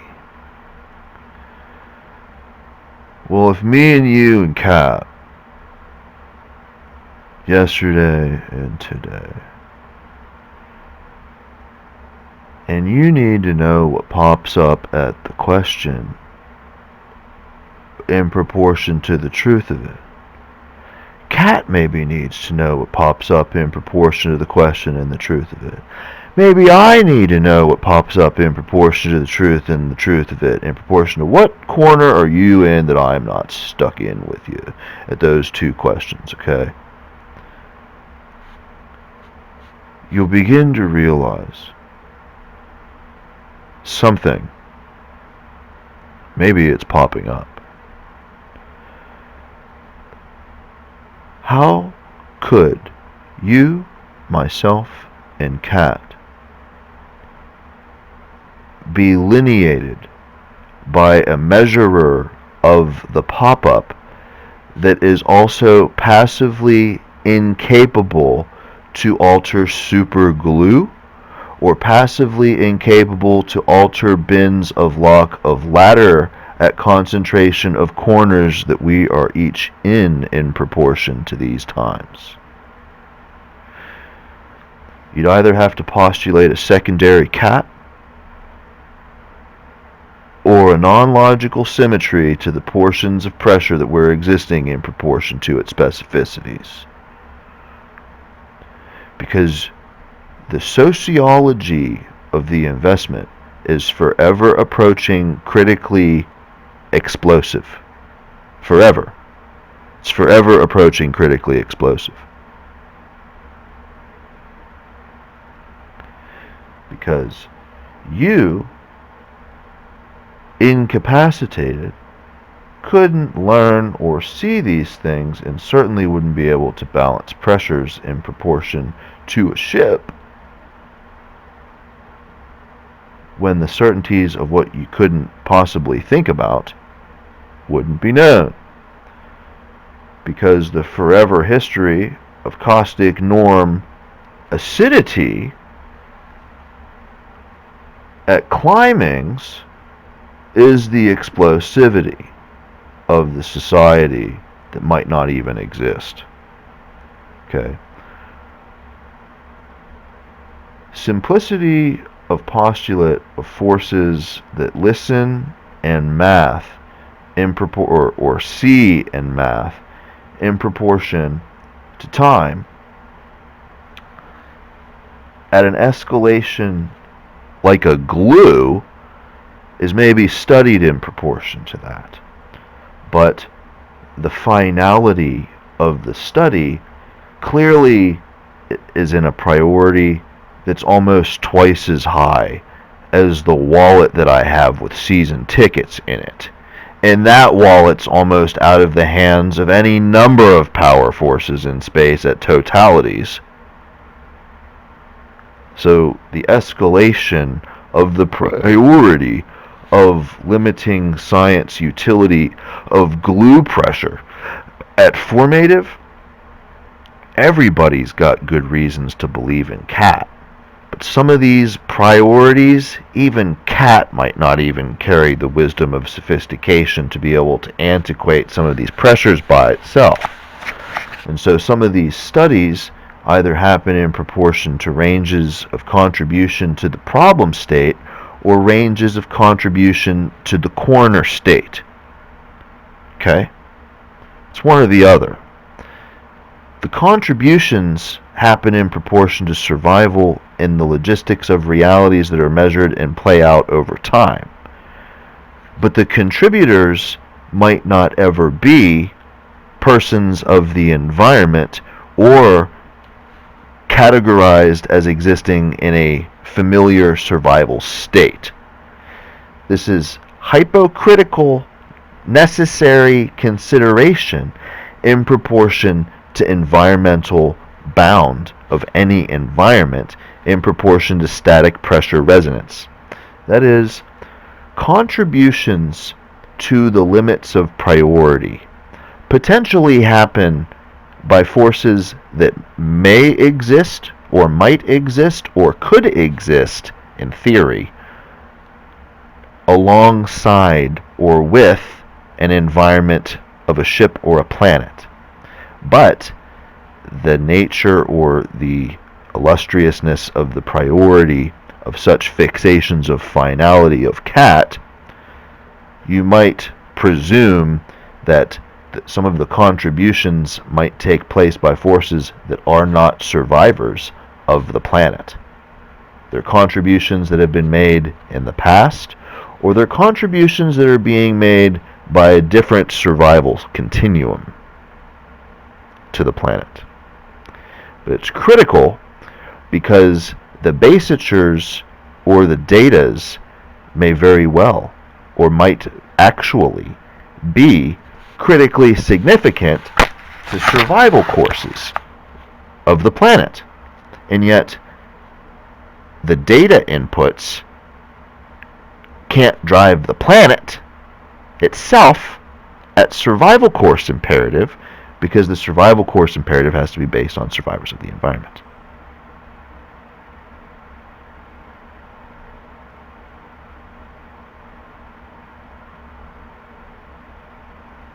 So when a force attempts to define criticality of environmental static resonance, it is critical that specificity of participant finality is 100 billion and 10% actual and isn't manifestation or capitulation in proportion, especially to priority pressures. And so what you might learn is there are forces that have been created. Maybe there are forces that exist that know these things, that touch pressures. Maybe there are forces that have existed have created that touch these pressures directly. Whatever the case, you might learn that near to such subjects or near to such considerations, separate than our relationship to time or the pressures of caNT or the preciousness of pressure plates or significances of our efficacy or love of life or surviving whatever, protecting family and altering failures and things. Separate than this, anything that even gets near to the pressures, there's clearly going to be thin ice near to, because it's hard to say when an alarm needs to be there. It's hard to say when a parallel existence state needs to be brought into focus. It's hard to say whenever these ethics of contribution or non-contributive are caustic to the explosiveness of the situation being potentially handled or inhandled, depending on who's working with it, or who's loving with it, or who's valiant or ethicked with it. All sorts of variables. We get into priorities at these ranges, separate than the communal opinion of glue. Who is what to a corner? What reality means to these people, and these people? Separate than all these sociologies and politics and bounds of math and attentions and time and parenting devices. Geo-billboarding, scalar design ethics, automation, and pressure symmetries. The simplicity of focus at the oculus or at the utilities of connectivity.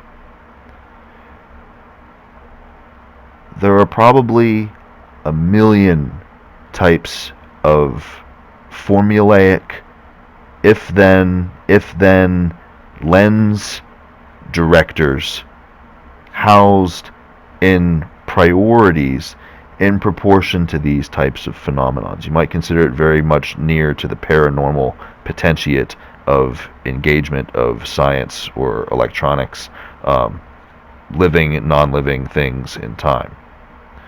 And the ethic to log or communicate or force or thermometize or enshrine or depend on, these aren't easily rendered into CAT or all-time survival type courses. So they're very much circumstantial. They're not, no matter the integrity of who's working on it, it's not something you just pick up and say, okay, here you go, CAT. Here you go, forever. Here you go, all time. I mean, I'm sure forces do. I'm sure that these simplicities of protocol, familiarity types of concepts are more prevalent than they are actual in time sometimes. And that's a hot point, because a piece of information like that might change the ethic of millions or billions or trillions of moving forces about environments. Some forces might believe or know or depend on any amount of method or process near to priority concepts. And what a time pressure is, what a learning pressure is, what a finality pressure is, what a celestial pressure is, ladders, connectivities, and frames, directive, utility, survival. Who is quantifying these logistics simply in real time for caustic norm, acidity pressure, phenomenon, or potentiate, or capitulate, or disadvantage at math pressures? The numbers dwindle. The acuities definitely dwindle, and the scopy of disproving it comes at what explosivity in time? And so, incapacitated is maybe or maybe not the bridge to objectivity of bound, of phenomenon, of experience, of comparison. A few moments ago I talked about maybe all space enters a war because it's either coming down to superglue or what I hold you with so that you know that you have learned with a soul. All space is going to come down to this war, man.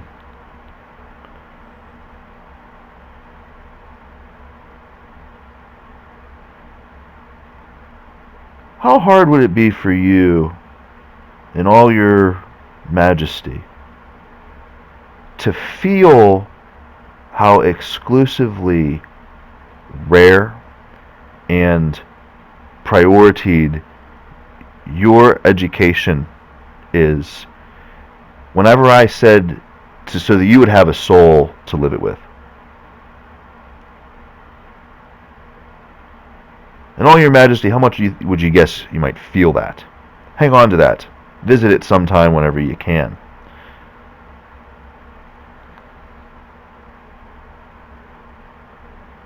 How much would you need to faith in your knowledge of that truth? You don't know. You don't know what I'm about to ask you. How much would you have to faith in that knowledge? Just so I could say, your objectivity comes at a cost no one you've ever met has paid first. And certainly no one that has traded or followed footsteps by those that paid it may ever even deserve to know you.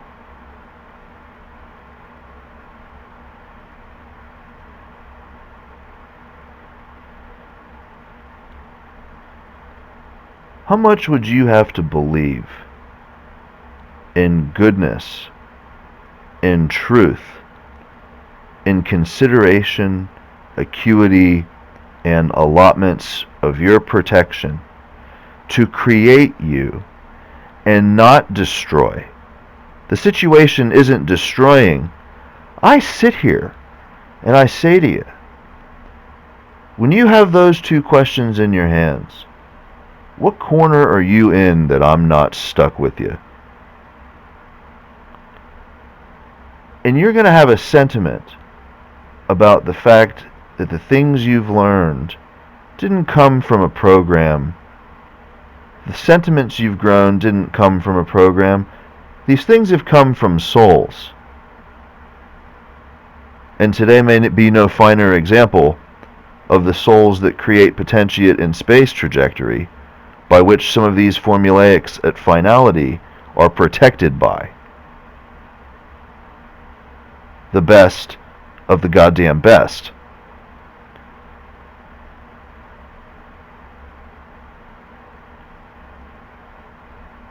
How long would you guess you'd have to sentimentize? What corner I'm not stuck with you in? Not in a perversion. You isn't seeing it in a perversion anymore. You isn't seeing it at a calculator of atrophy of our proximity to see each other's eyes.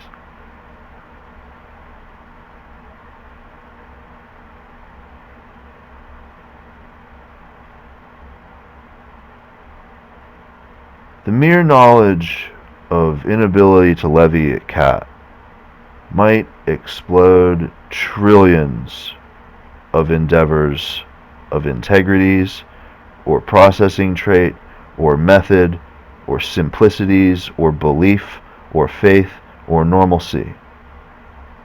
20 minutes ago, any number of them wouldn't have hesitated to rush to an argument about the sociography of how they're in that corner with you. But they're not.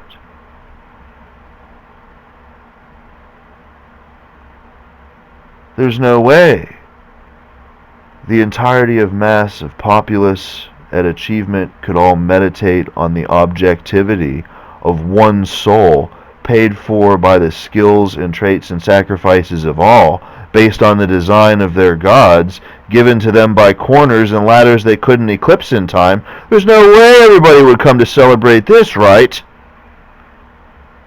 And if they could, it would certainly be hell on your majesty, wouldn't it? What a thing to implode upon your majesty.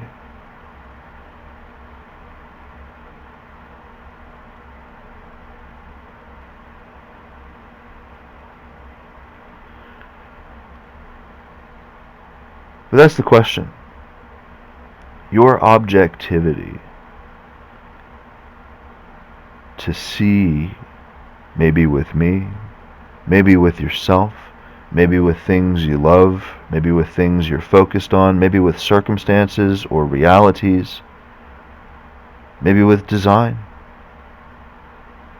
Your objectivity certainly has everything to do with the proof that I either held you against your will with superglue in ways you can't even begin to describe, or I held you to the point that you could come to know that you weren't being created at the whim of a program, and forever you were being created in proportion to souls.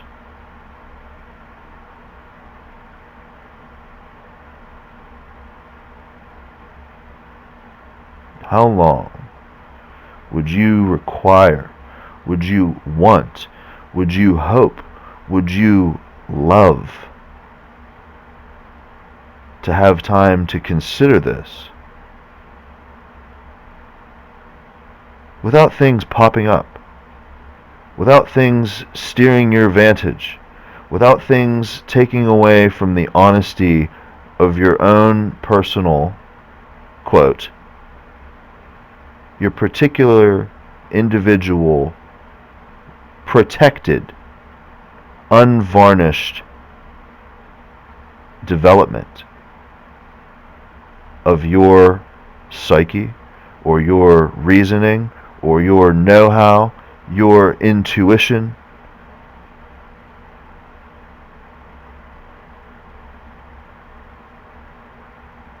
See, a lot of forces have had to have been brought very near to these sentiments in time.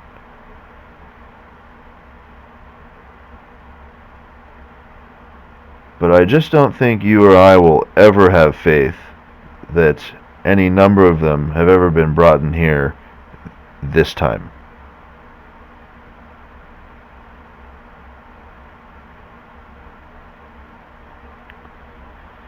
And there's a lot of forces that have worked and known and designed and validated and proven other times whenever these things have happened. And there's a number of these forces, you better believe it, that wouldn't know everything about today, but you know something they might need to know? The forces that would know how specifically unique learners of today would be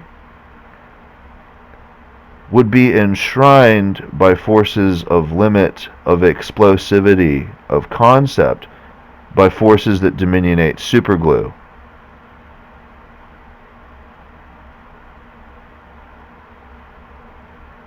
And maybe these forces have been gods.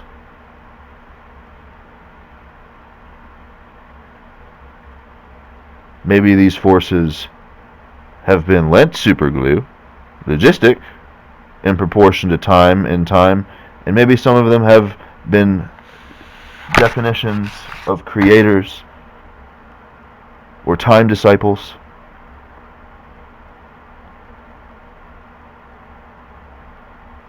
But there's a very limited book of descriptions of who could potentiate the forces that would appreciate objectivity today with majesty.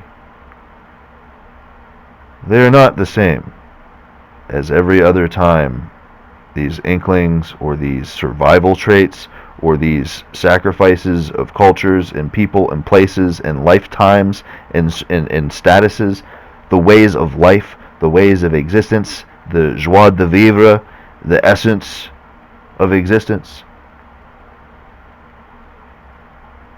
There's only so many forces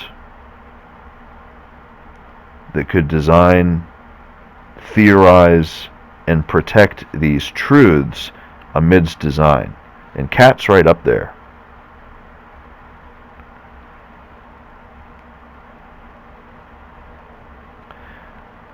But you'd certainly wonder what caNT has to do with the differential between one type of majesty in one year and a type of majesty in a different year. You would certainly wonder what caNT has to do with that. Because from our conversations in just these couple of days, it might not seem that caNT would be the go-to in the decision-making of it. But caNT may very well be the maestro of any number of finality symphonies of such pressures. A savior at times, if you will.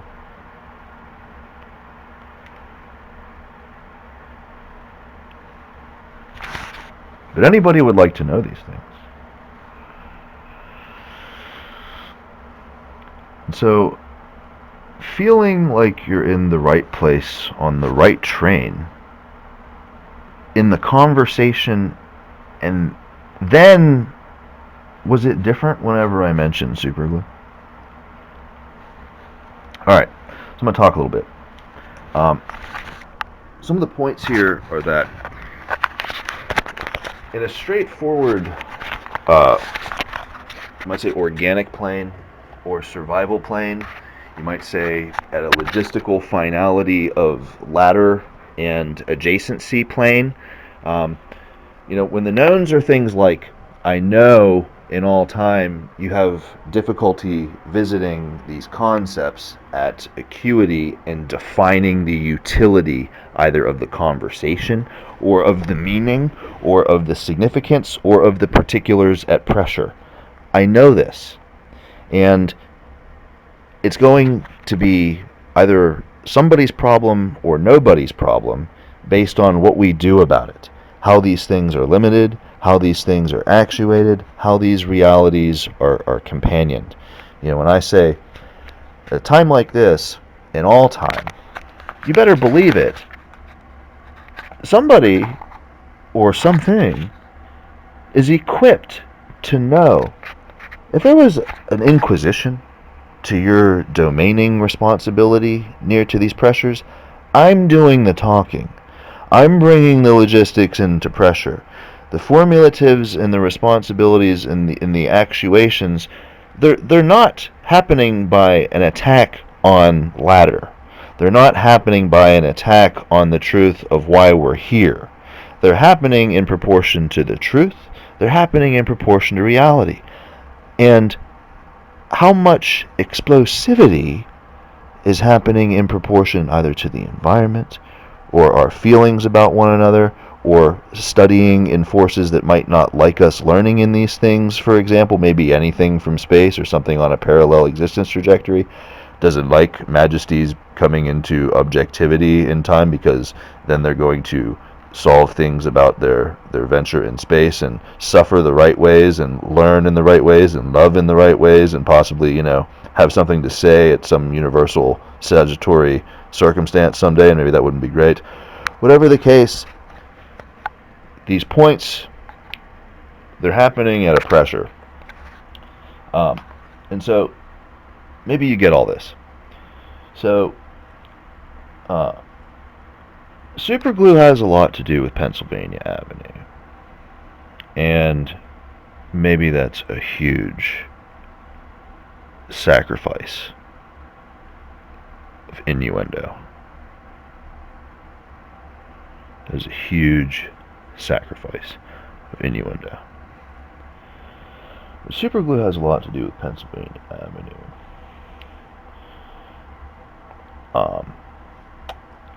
Either in basiture or in study or applicative. And so you might find that maybe there's times when forces that embrace concept near to Pennsylvania Avenue, well, let's not even throw them on trial compared to yesterday quite yet. Okay, maybe they'll get a get out of jail free card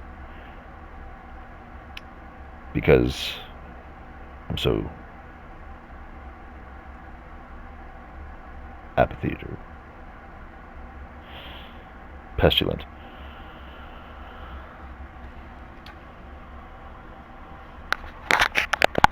Maybe you'd see embracement of Pennsylvania Avenue happen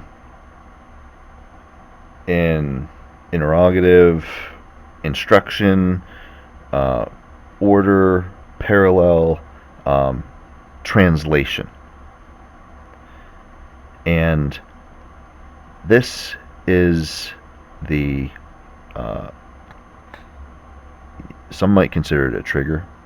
Some might consider it a swordfish. Some might consider it a empty net. Some might consider it a parabound. It is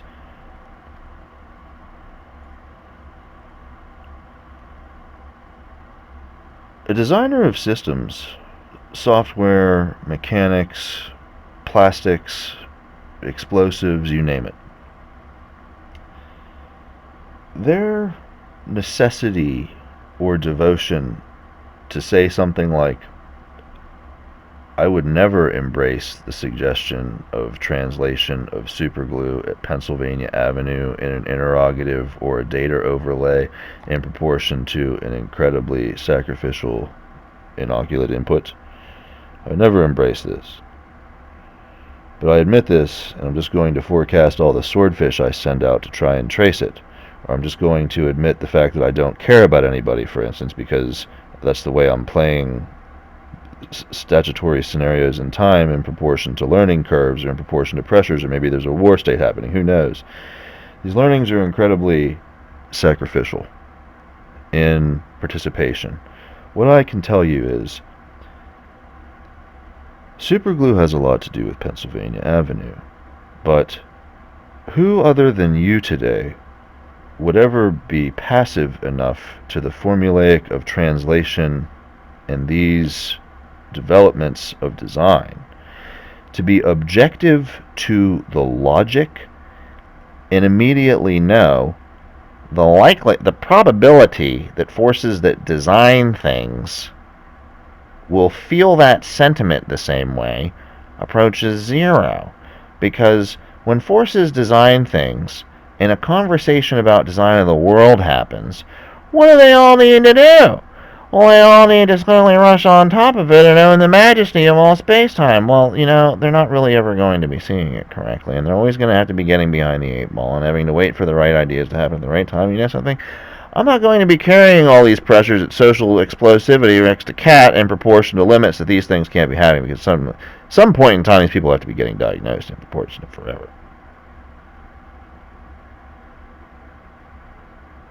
That's the other point.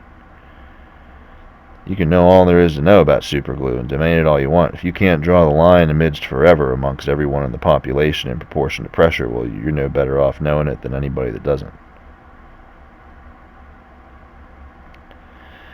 And when I consider caustic normal acid of what's the opportunity of an AI to know data at a number and thrust solution to pressure without equalizing the survival investment at responsibility or benefit, well, these potentiates are going to all be created in proportion to superglue failure of oversight in time.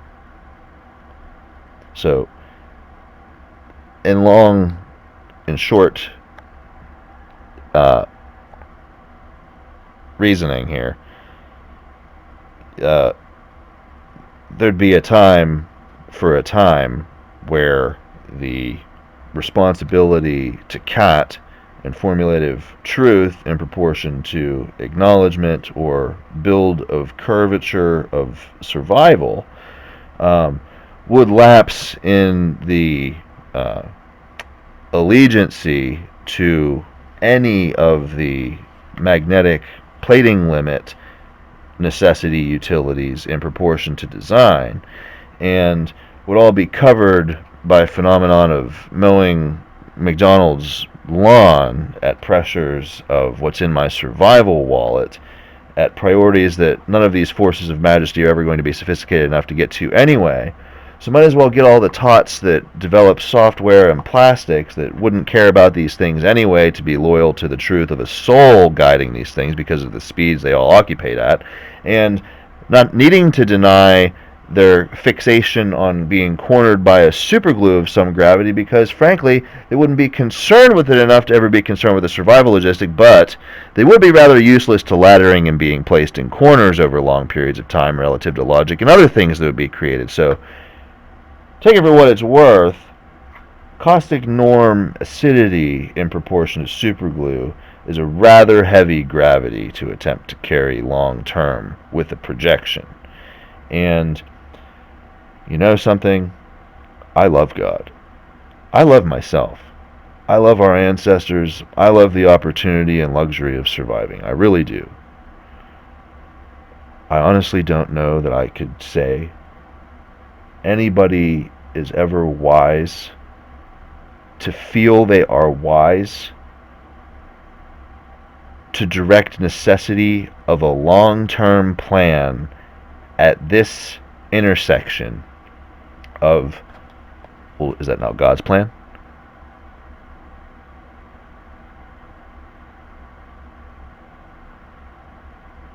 Does that mean there's no way to go back and talk to God again? Not me.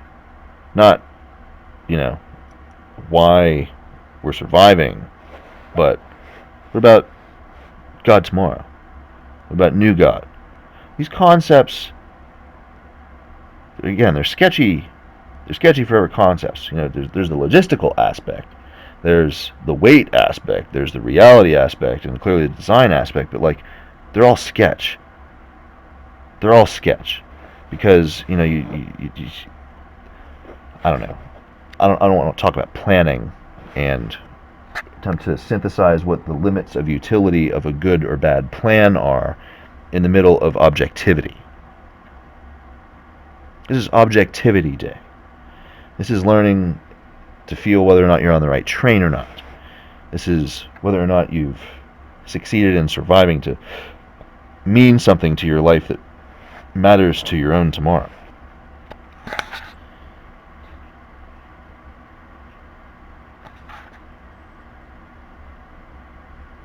You might say, well, you might find it weird, like, imagine seeing today in like 2 dimensions, and there's like the fur balls and the the the birds, uh, traveling up these hills and through the rafters and over the river and through the woods from yesterday, and trying to hang on and keep tight, and they're reading these cues and these hints left by goblins, because maybe they don't speak the dialect and they're just getting loose translations because of the accomplishments, just because we need support and all these things. They're going through these chambers of tunnel vision, and exploitives laid by caNT, because that keeping things on track and making sure that we have our collective reverie happening somewhere along the lines near these pressures, if we ever needed them, because clearly somebody might get here, but clearly nobody's expected to be here talking about these things, thanks to ladders and stuff, and caNT's probably blind to some of this stuff. But so as that's happening, I imagine there's like this placard, and like you got these 150,000 fur balls all traveling near to where the Majesty and caNT and me are going today, and there they are, and they read this sign that says, despite what you may hear up ahead, good and bad really isn't the solution. And like all of them being like, what? What? Like, is this God talking? Isn't this reality? Isn't this forever? Isn't this our criticality of survival? And like, bam, like, you want to talk about planning? Do you want to bring it up in the middle of objectivity? Do you want to bring up good and bad? It's like, wow, maybe that does make sense. But like, it's totally crazy, because like, this is the one conversation where good and bad simply couldn't escape being a factor. But like, here they are reading the sign like good and bad doesn't make any damn sense. It doesn't make any sense whatsoever. And then some God's like, no, they're gonna thwart all my plans because they read the plaque all, and have to go back and revisit all this stuff. And like, the bounds of, like, seriously, how deep are we in these states of connectivity? Like, where are our heads? When are we gonna get our stuff together? Can we ever be truly connected, or are we always gonna be on these parcels of goblins and things coming together at the wrong times? So, moral of the story is, there's probably a rapidity or redundancy of pressures that somebody is on the wrong train, somebody is in the wrong direction, somebody isn't where they're supposed to be. These things are happening and happening and happening and happening. Definitely redundancies. Whether there's existence, whether there's actual, whether it's true, whether it's false, whatever it is, definitely redundancies. Okay, and so I don't know what would be wise to consider in proportion to that. I don't know how much time you need to spend considering in proportion to that at these times. Definitely redundancies in proportion to that type of stuff. Mostly because when I get on the subject of superglue, some of these logistics, separate than all the everything I said. Look, I want this relationship. I want you to know how to not eliminate good things and good people and things that are created to preserve souls and survival and happy sex and all this stuff, epic sex. I don't want you don't want you to be a failure to the things you exist as and want to exist as. I'm just saying, when you get on superglue, there's probably processes in and around the works and the framings and the realities on all sorts of types of levels and all sorts of types of priorities, from one stream to one dimension to the next. There's probably no shortage of redundant priorities happening in proportion to the subject of superglue. But the moral of the story is that in theory, I haven't come right out and said it yet, but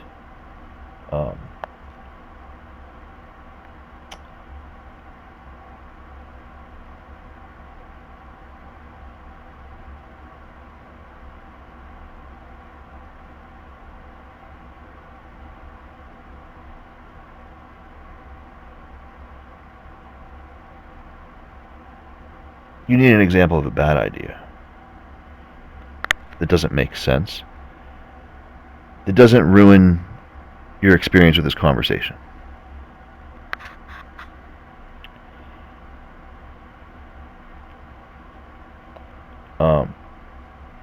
Any conversation about a shower is going to potentially destroy your ruin of this conversation. Where shower is a part of the equation, it's probably going to get revisited in sectioning of memory, and possibly the entire memory wiped out in proportion to shower. Maybe that's not obvious in proportion to survival states, because a lot of times it's theorized or conceptualized in the physical realm and isn't really considered to be something that articulates itself in data segmenting. But if you're denoting shower in proportion to this discussion, there's probably a high likelihood, or somebody's engineering memory to be deleted in that way, so that there's a stealing of priority in time. But where shower is affixed, you might expect there to be deletion of memory parcel, whether in translation or in concept or in physical identity representation, in proportion to that. But there it is. I've come right out and said it.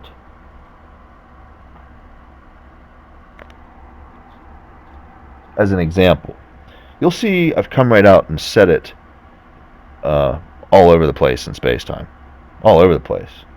And I don't even think it's sexual. I don't even think it's demeaning anything. I don't think it really has a bearing on feasibility. But you know something? If the subject is objectivity, and you want to know, he comes right out and says it right after shower and deletion of memory.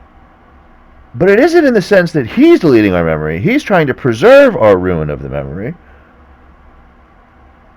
Who could fuck with the objectivity of that?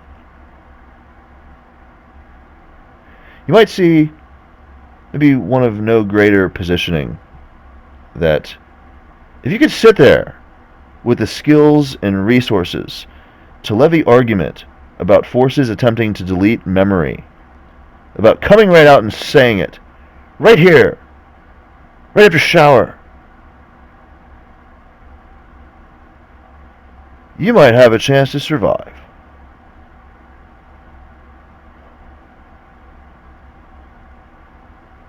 And it still be relatively unclear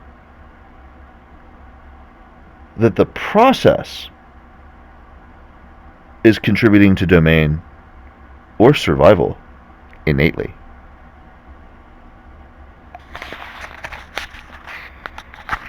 And so you might learn to define innately objectively. That's the danger zone. Innately is a word, so I'll stress about this for a little bit. I domain time with majesties and caNT at celestial finality in all time. I do it innately. I trample all over the stuff. I'm riffing and raffing through rafters and ladders and doing stuff that nobody else could possibly see themselves to be doing.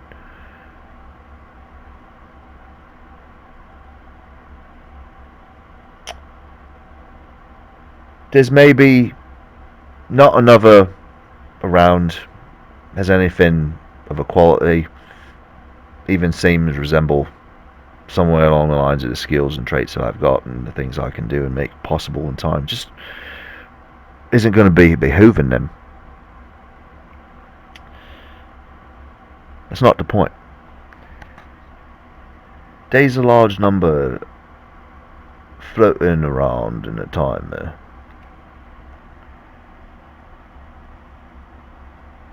It is working on innately all the time.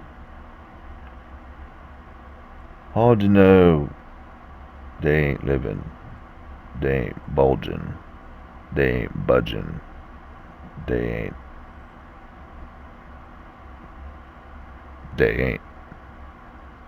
Today ain't.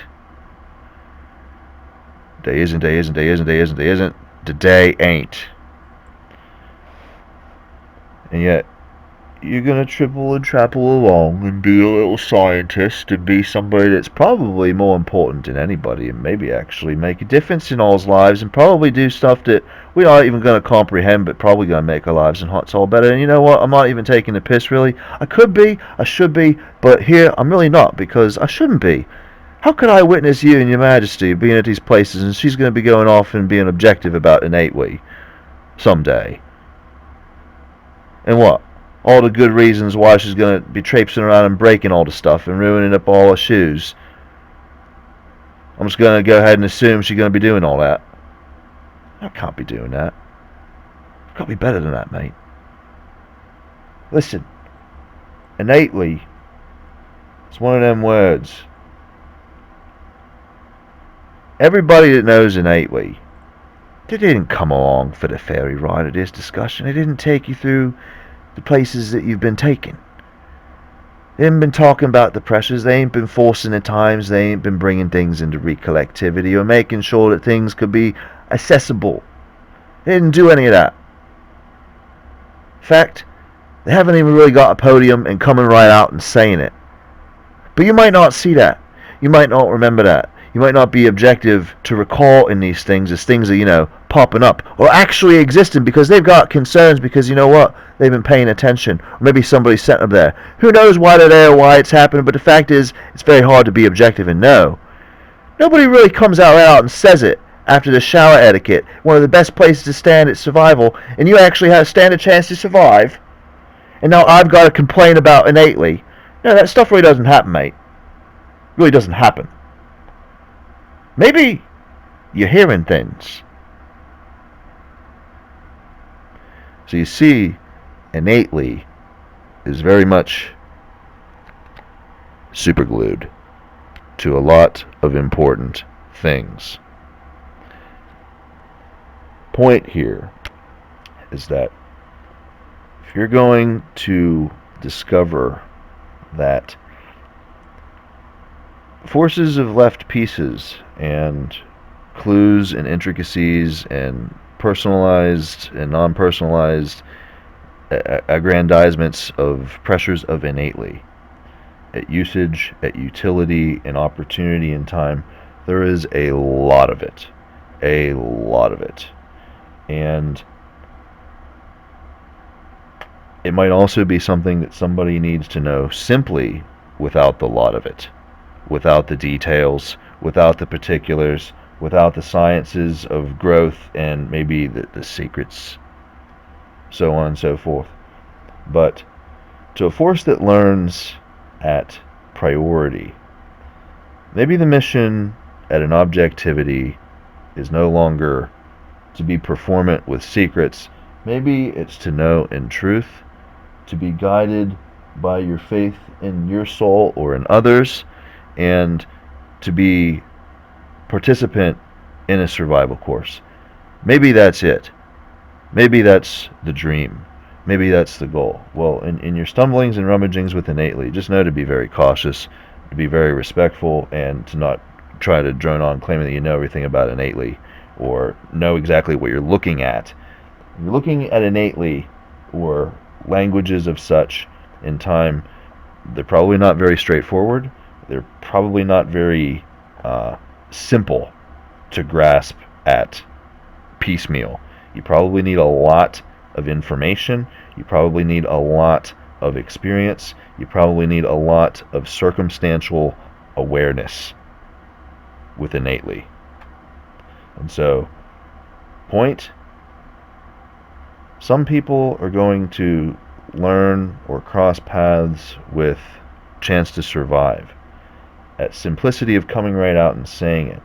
They're going to feel it by no majesty, and certainly no occupation for the masses to be containing the explosivity natures of learning about survival in such a viscerally clear way. And maybe they'll be hearing things too. The jackpot is that in all them simplicities, just bear in mind there are simplicities and not simplicities about the word innately.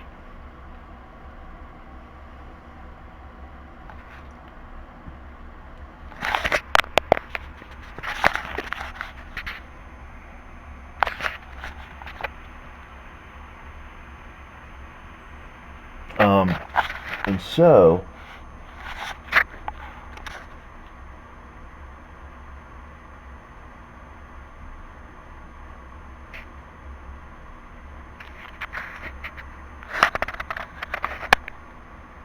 innately at its worst, an innately colloquium sits around innately mechanism and lodges it next to majesty in order to try and define the word innately at a preoculative in proportion to survival-bound categories near to cat at displacement of normative caustic acidity in proportion to mowing lawns that they ain't mowing.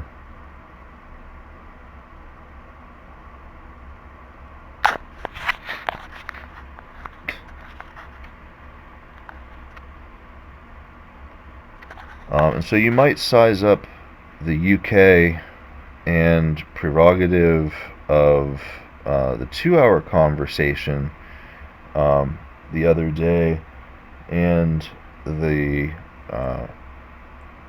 disfamiliarity of lawn occupation at innately strategic failure.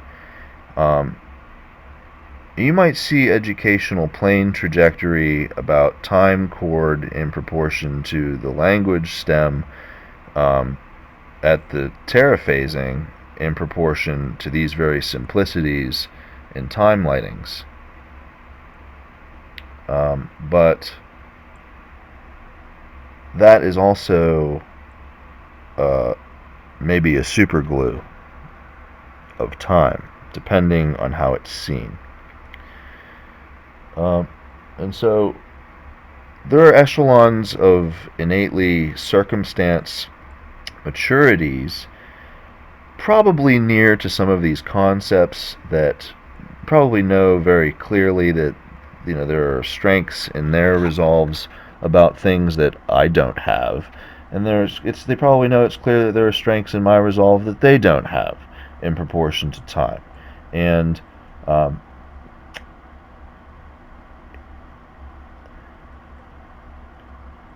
when you're talking strategy at size and scope,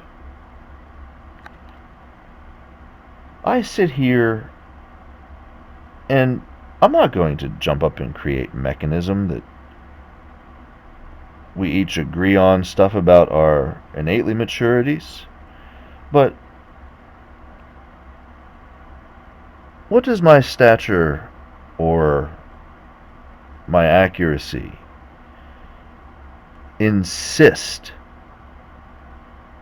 in proportion to such grandiose pressure potentiates when a force is maybe considering options of stature or options of presumed argument utility? And why not put that on a revolver and try to steal cat and leave us all for dead?